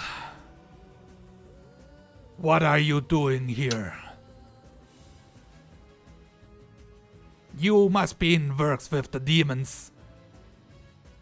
Stop your assaults. Defend this place. And the two insectoid creatures are looking towards him, like brazen their tridents and will make their moves towards you. Did he just say that I'm in cahoots with the demons? Yes. This is where we will stop the fight for tonight, guys. Okay. Yeah. While the party is split across the whole battleground, Again? having activated like all enemies at the same time, Again? while Silence is alone with like super dangerous enemies. It's Again. okay. I can spend some resources. I will kill them in at least 5 rounds. I'm thinking more like 3. No, As long- no. As long as I have arrows, I'm fine. So Just we fought them before. So what's like the health range of those undead minotaurs? It's like 30 HP or something. who knows? Ah, okay, whatever. So, Tal Halnan, gain a point of inspiration for remembering every single fucking name of the heroes of Elturel. Oh, Like a genius.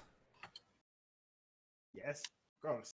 And do you guys wish to award an inspiration for somebody for like a super awesome deed or awesome roleplay?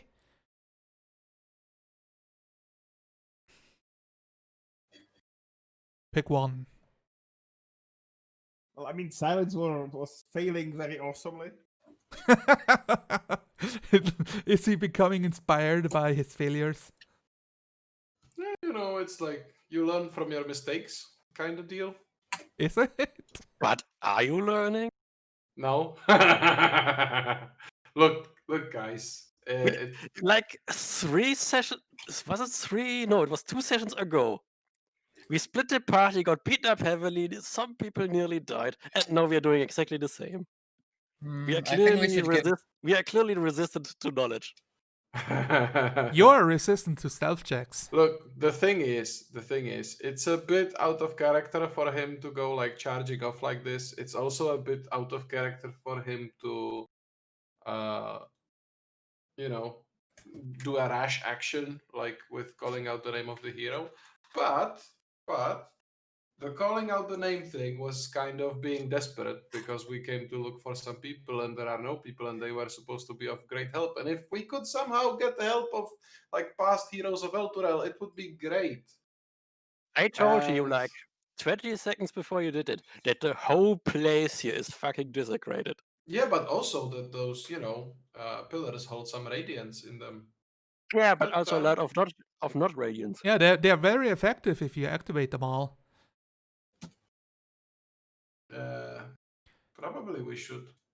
Also, I Actually. would consider like Wolfgar's arguments that you can just say the names to activate pillars, but the book does specifically mention it takes an action to call out the name to the right pillar to activate it. Oh, right. Okay, that makes So sense. so it's They like should- it's both in the book, but I also consider it like you activate like an object, you activate like a ward, a defense ward to function. It's just stupid description on the book's part. If it said like you have to prostrate yourself, and then call out the name or something, just to give a little bit more credibility. I mean, yeah, But this I mean is- you don't like say the name, you like say the name. You Yeah, summon its spirits, you like that takes activate the its same terrorism. amount of fucking time. Yeah, I mean, look, it's You do just, it like as I'm saying, Gandalf, you don't do it like Gollum, I guess. For me, DnD, like whatever edition, has always been suffering from a bit of cognitive dissonance when it Yeah, comes yeah, to exactly. like rules and mechanics. So I'm okay with it. That's But yeah, I went definitely. charging off because I saw that we are kind of like breezing through the combat like it's nothing. So I kind of thought that let's make it a little bit more interesting by splitting the party. No. If only all the shadows attacked the same person and dropped his strength to 0. Yeah, they could have done that, and it would have been super fucking bad. And you would be super fucking dead. So yeah, do you guys have any comments to add for the stream or to the session? Yeah, I'm a bit tired actually. All right. I want something to eat. Oh, Fia, we should get inspiration to skeleton minotaurs because they're gonna need it. They can't get my inspiration because I don't have an inspiration window. All right. I feel like the skeleton minotaur that slammed through the windows, they are inspired.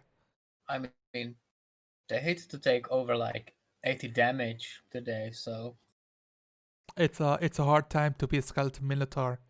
exactly. Point of notice, you don't remember of any minotaurs being like citizens of Elturel. Oh yeah. Wow. It's actually, what the fuck are they doing here? I Exactly. didn't realize that. Because in the beginning I was like, look, they are some kind of like bone constructs or whatever, but now that we know that they are actually undead minotaurs, I'm like, where the hell? They are skeletons. Indeed. They can still die from lack of calcium. All right. Thank you guys for They get showing up. boned. We had like a few people who showed up and watched the stream. I want to give a thank you to the people from Final Fantasy who all followed Kirin to watch her do her stuff. And yeah, thank you guys, and for your Discord as well, Washik, and your friends. And yeah, I will end the recording here. We will have probably the next session next week. Let me know in Discord if you guys have something happening. Actually, I won't be able to make next week. And there we go. There we go. So, So yeah, as long as we are 4-player characters, we will continue. But we have like so many, also like retainers and NPCs. I'm fine if the combat continues with 4-player characters. What do you guys think? Like, Look, I vote that we start using other people's player characters when they are not here, as long as we get permission from them, so that, you know, it might happen that your character dies when you are not here, but that's a low probability. I hope that I get +1 longbow. well, you know how it goes. If the majority votes yes, then your character dies. That's how the rules are. Who made the rules? I wouldn't know. Mwaha. well, I would prefer not to, but if majority wishes, It's your I think- character. It's up to you. Like, Yeah, it's up to I you. honestly, I think there's so many NPCs that you should be probably fine without one PC. Yeah, probably. yeah, it means like 3 different characters that I don't need to worry about, which makes it a lot faster. You might have noticed that this has been a slog. You had 8 and like 3 enemies at first, and all of you and all of your NPCs, which are like 5, I believe. And we didn't even account for Lulu. Like I just didn't even remember her existence, which is a problem. And then you had a fight against 8 enemies, which Yeah, had that's why 2 different courses of actions, and they also have 2 different sets of attacks and movement and stuff. That's why the Null should be a non-combat retainer and Rhea should be like back in High Hall. But yeah, I mean, it would also get, you know, easier for you to balance the combats. I feel like we can definitely leave Rhea back as soon as we leave Elturel itself and she stays with the refugees. Oh, we're leaving Elturel? What the fuck? If you want to leave Elturel, I mean there are still a lot of stuff happening, but we are reaching towards the end of the chapter. There's still a lot of stuff happening, so I don't imagine it happen anytime soon. But we should be done before the end of the year. Like wait, with the chapter. With this chapter. Yeah. Okay. With chapter 2 out of a lot more. This is gonna be a long campaign. All right, guys. I will stop the stream. Thank you guys for showing up. Goodbye.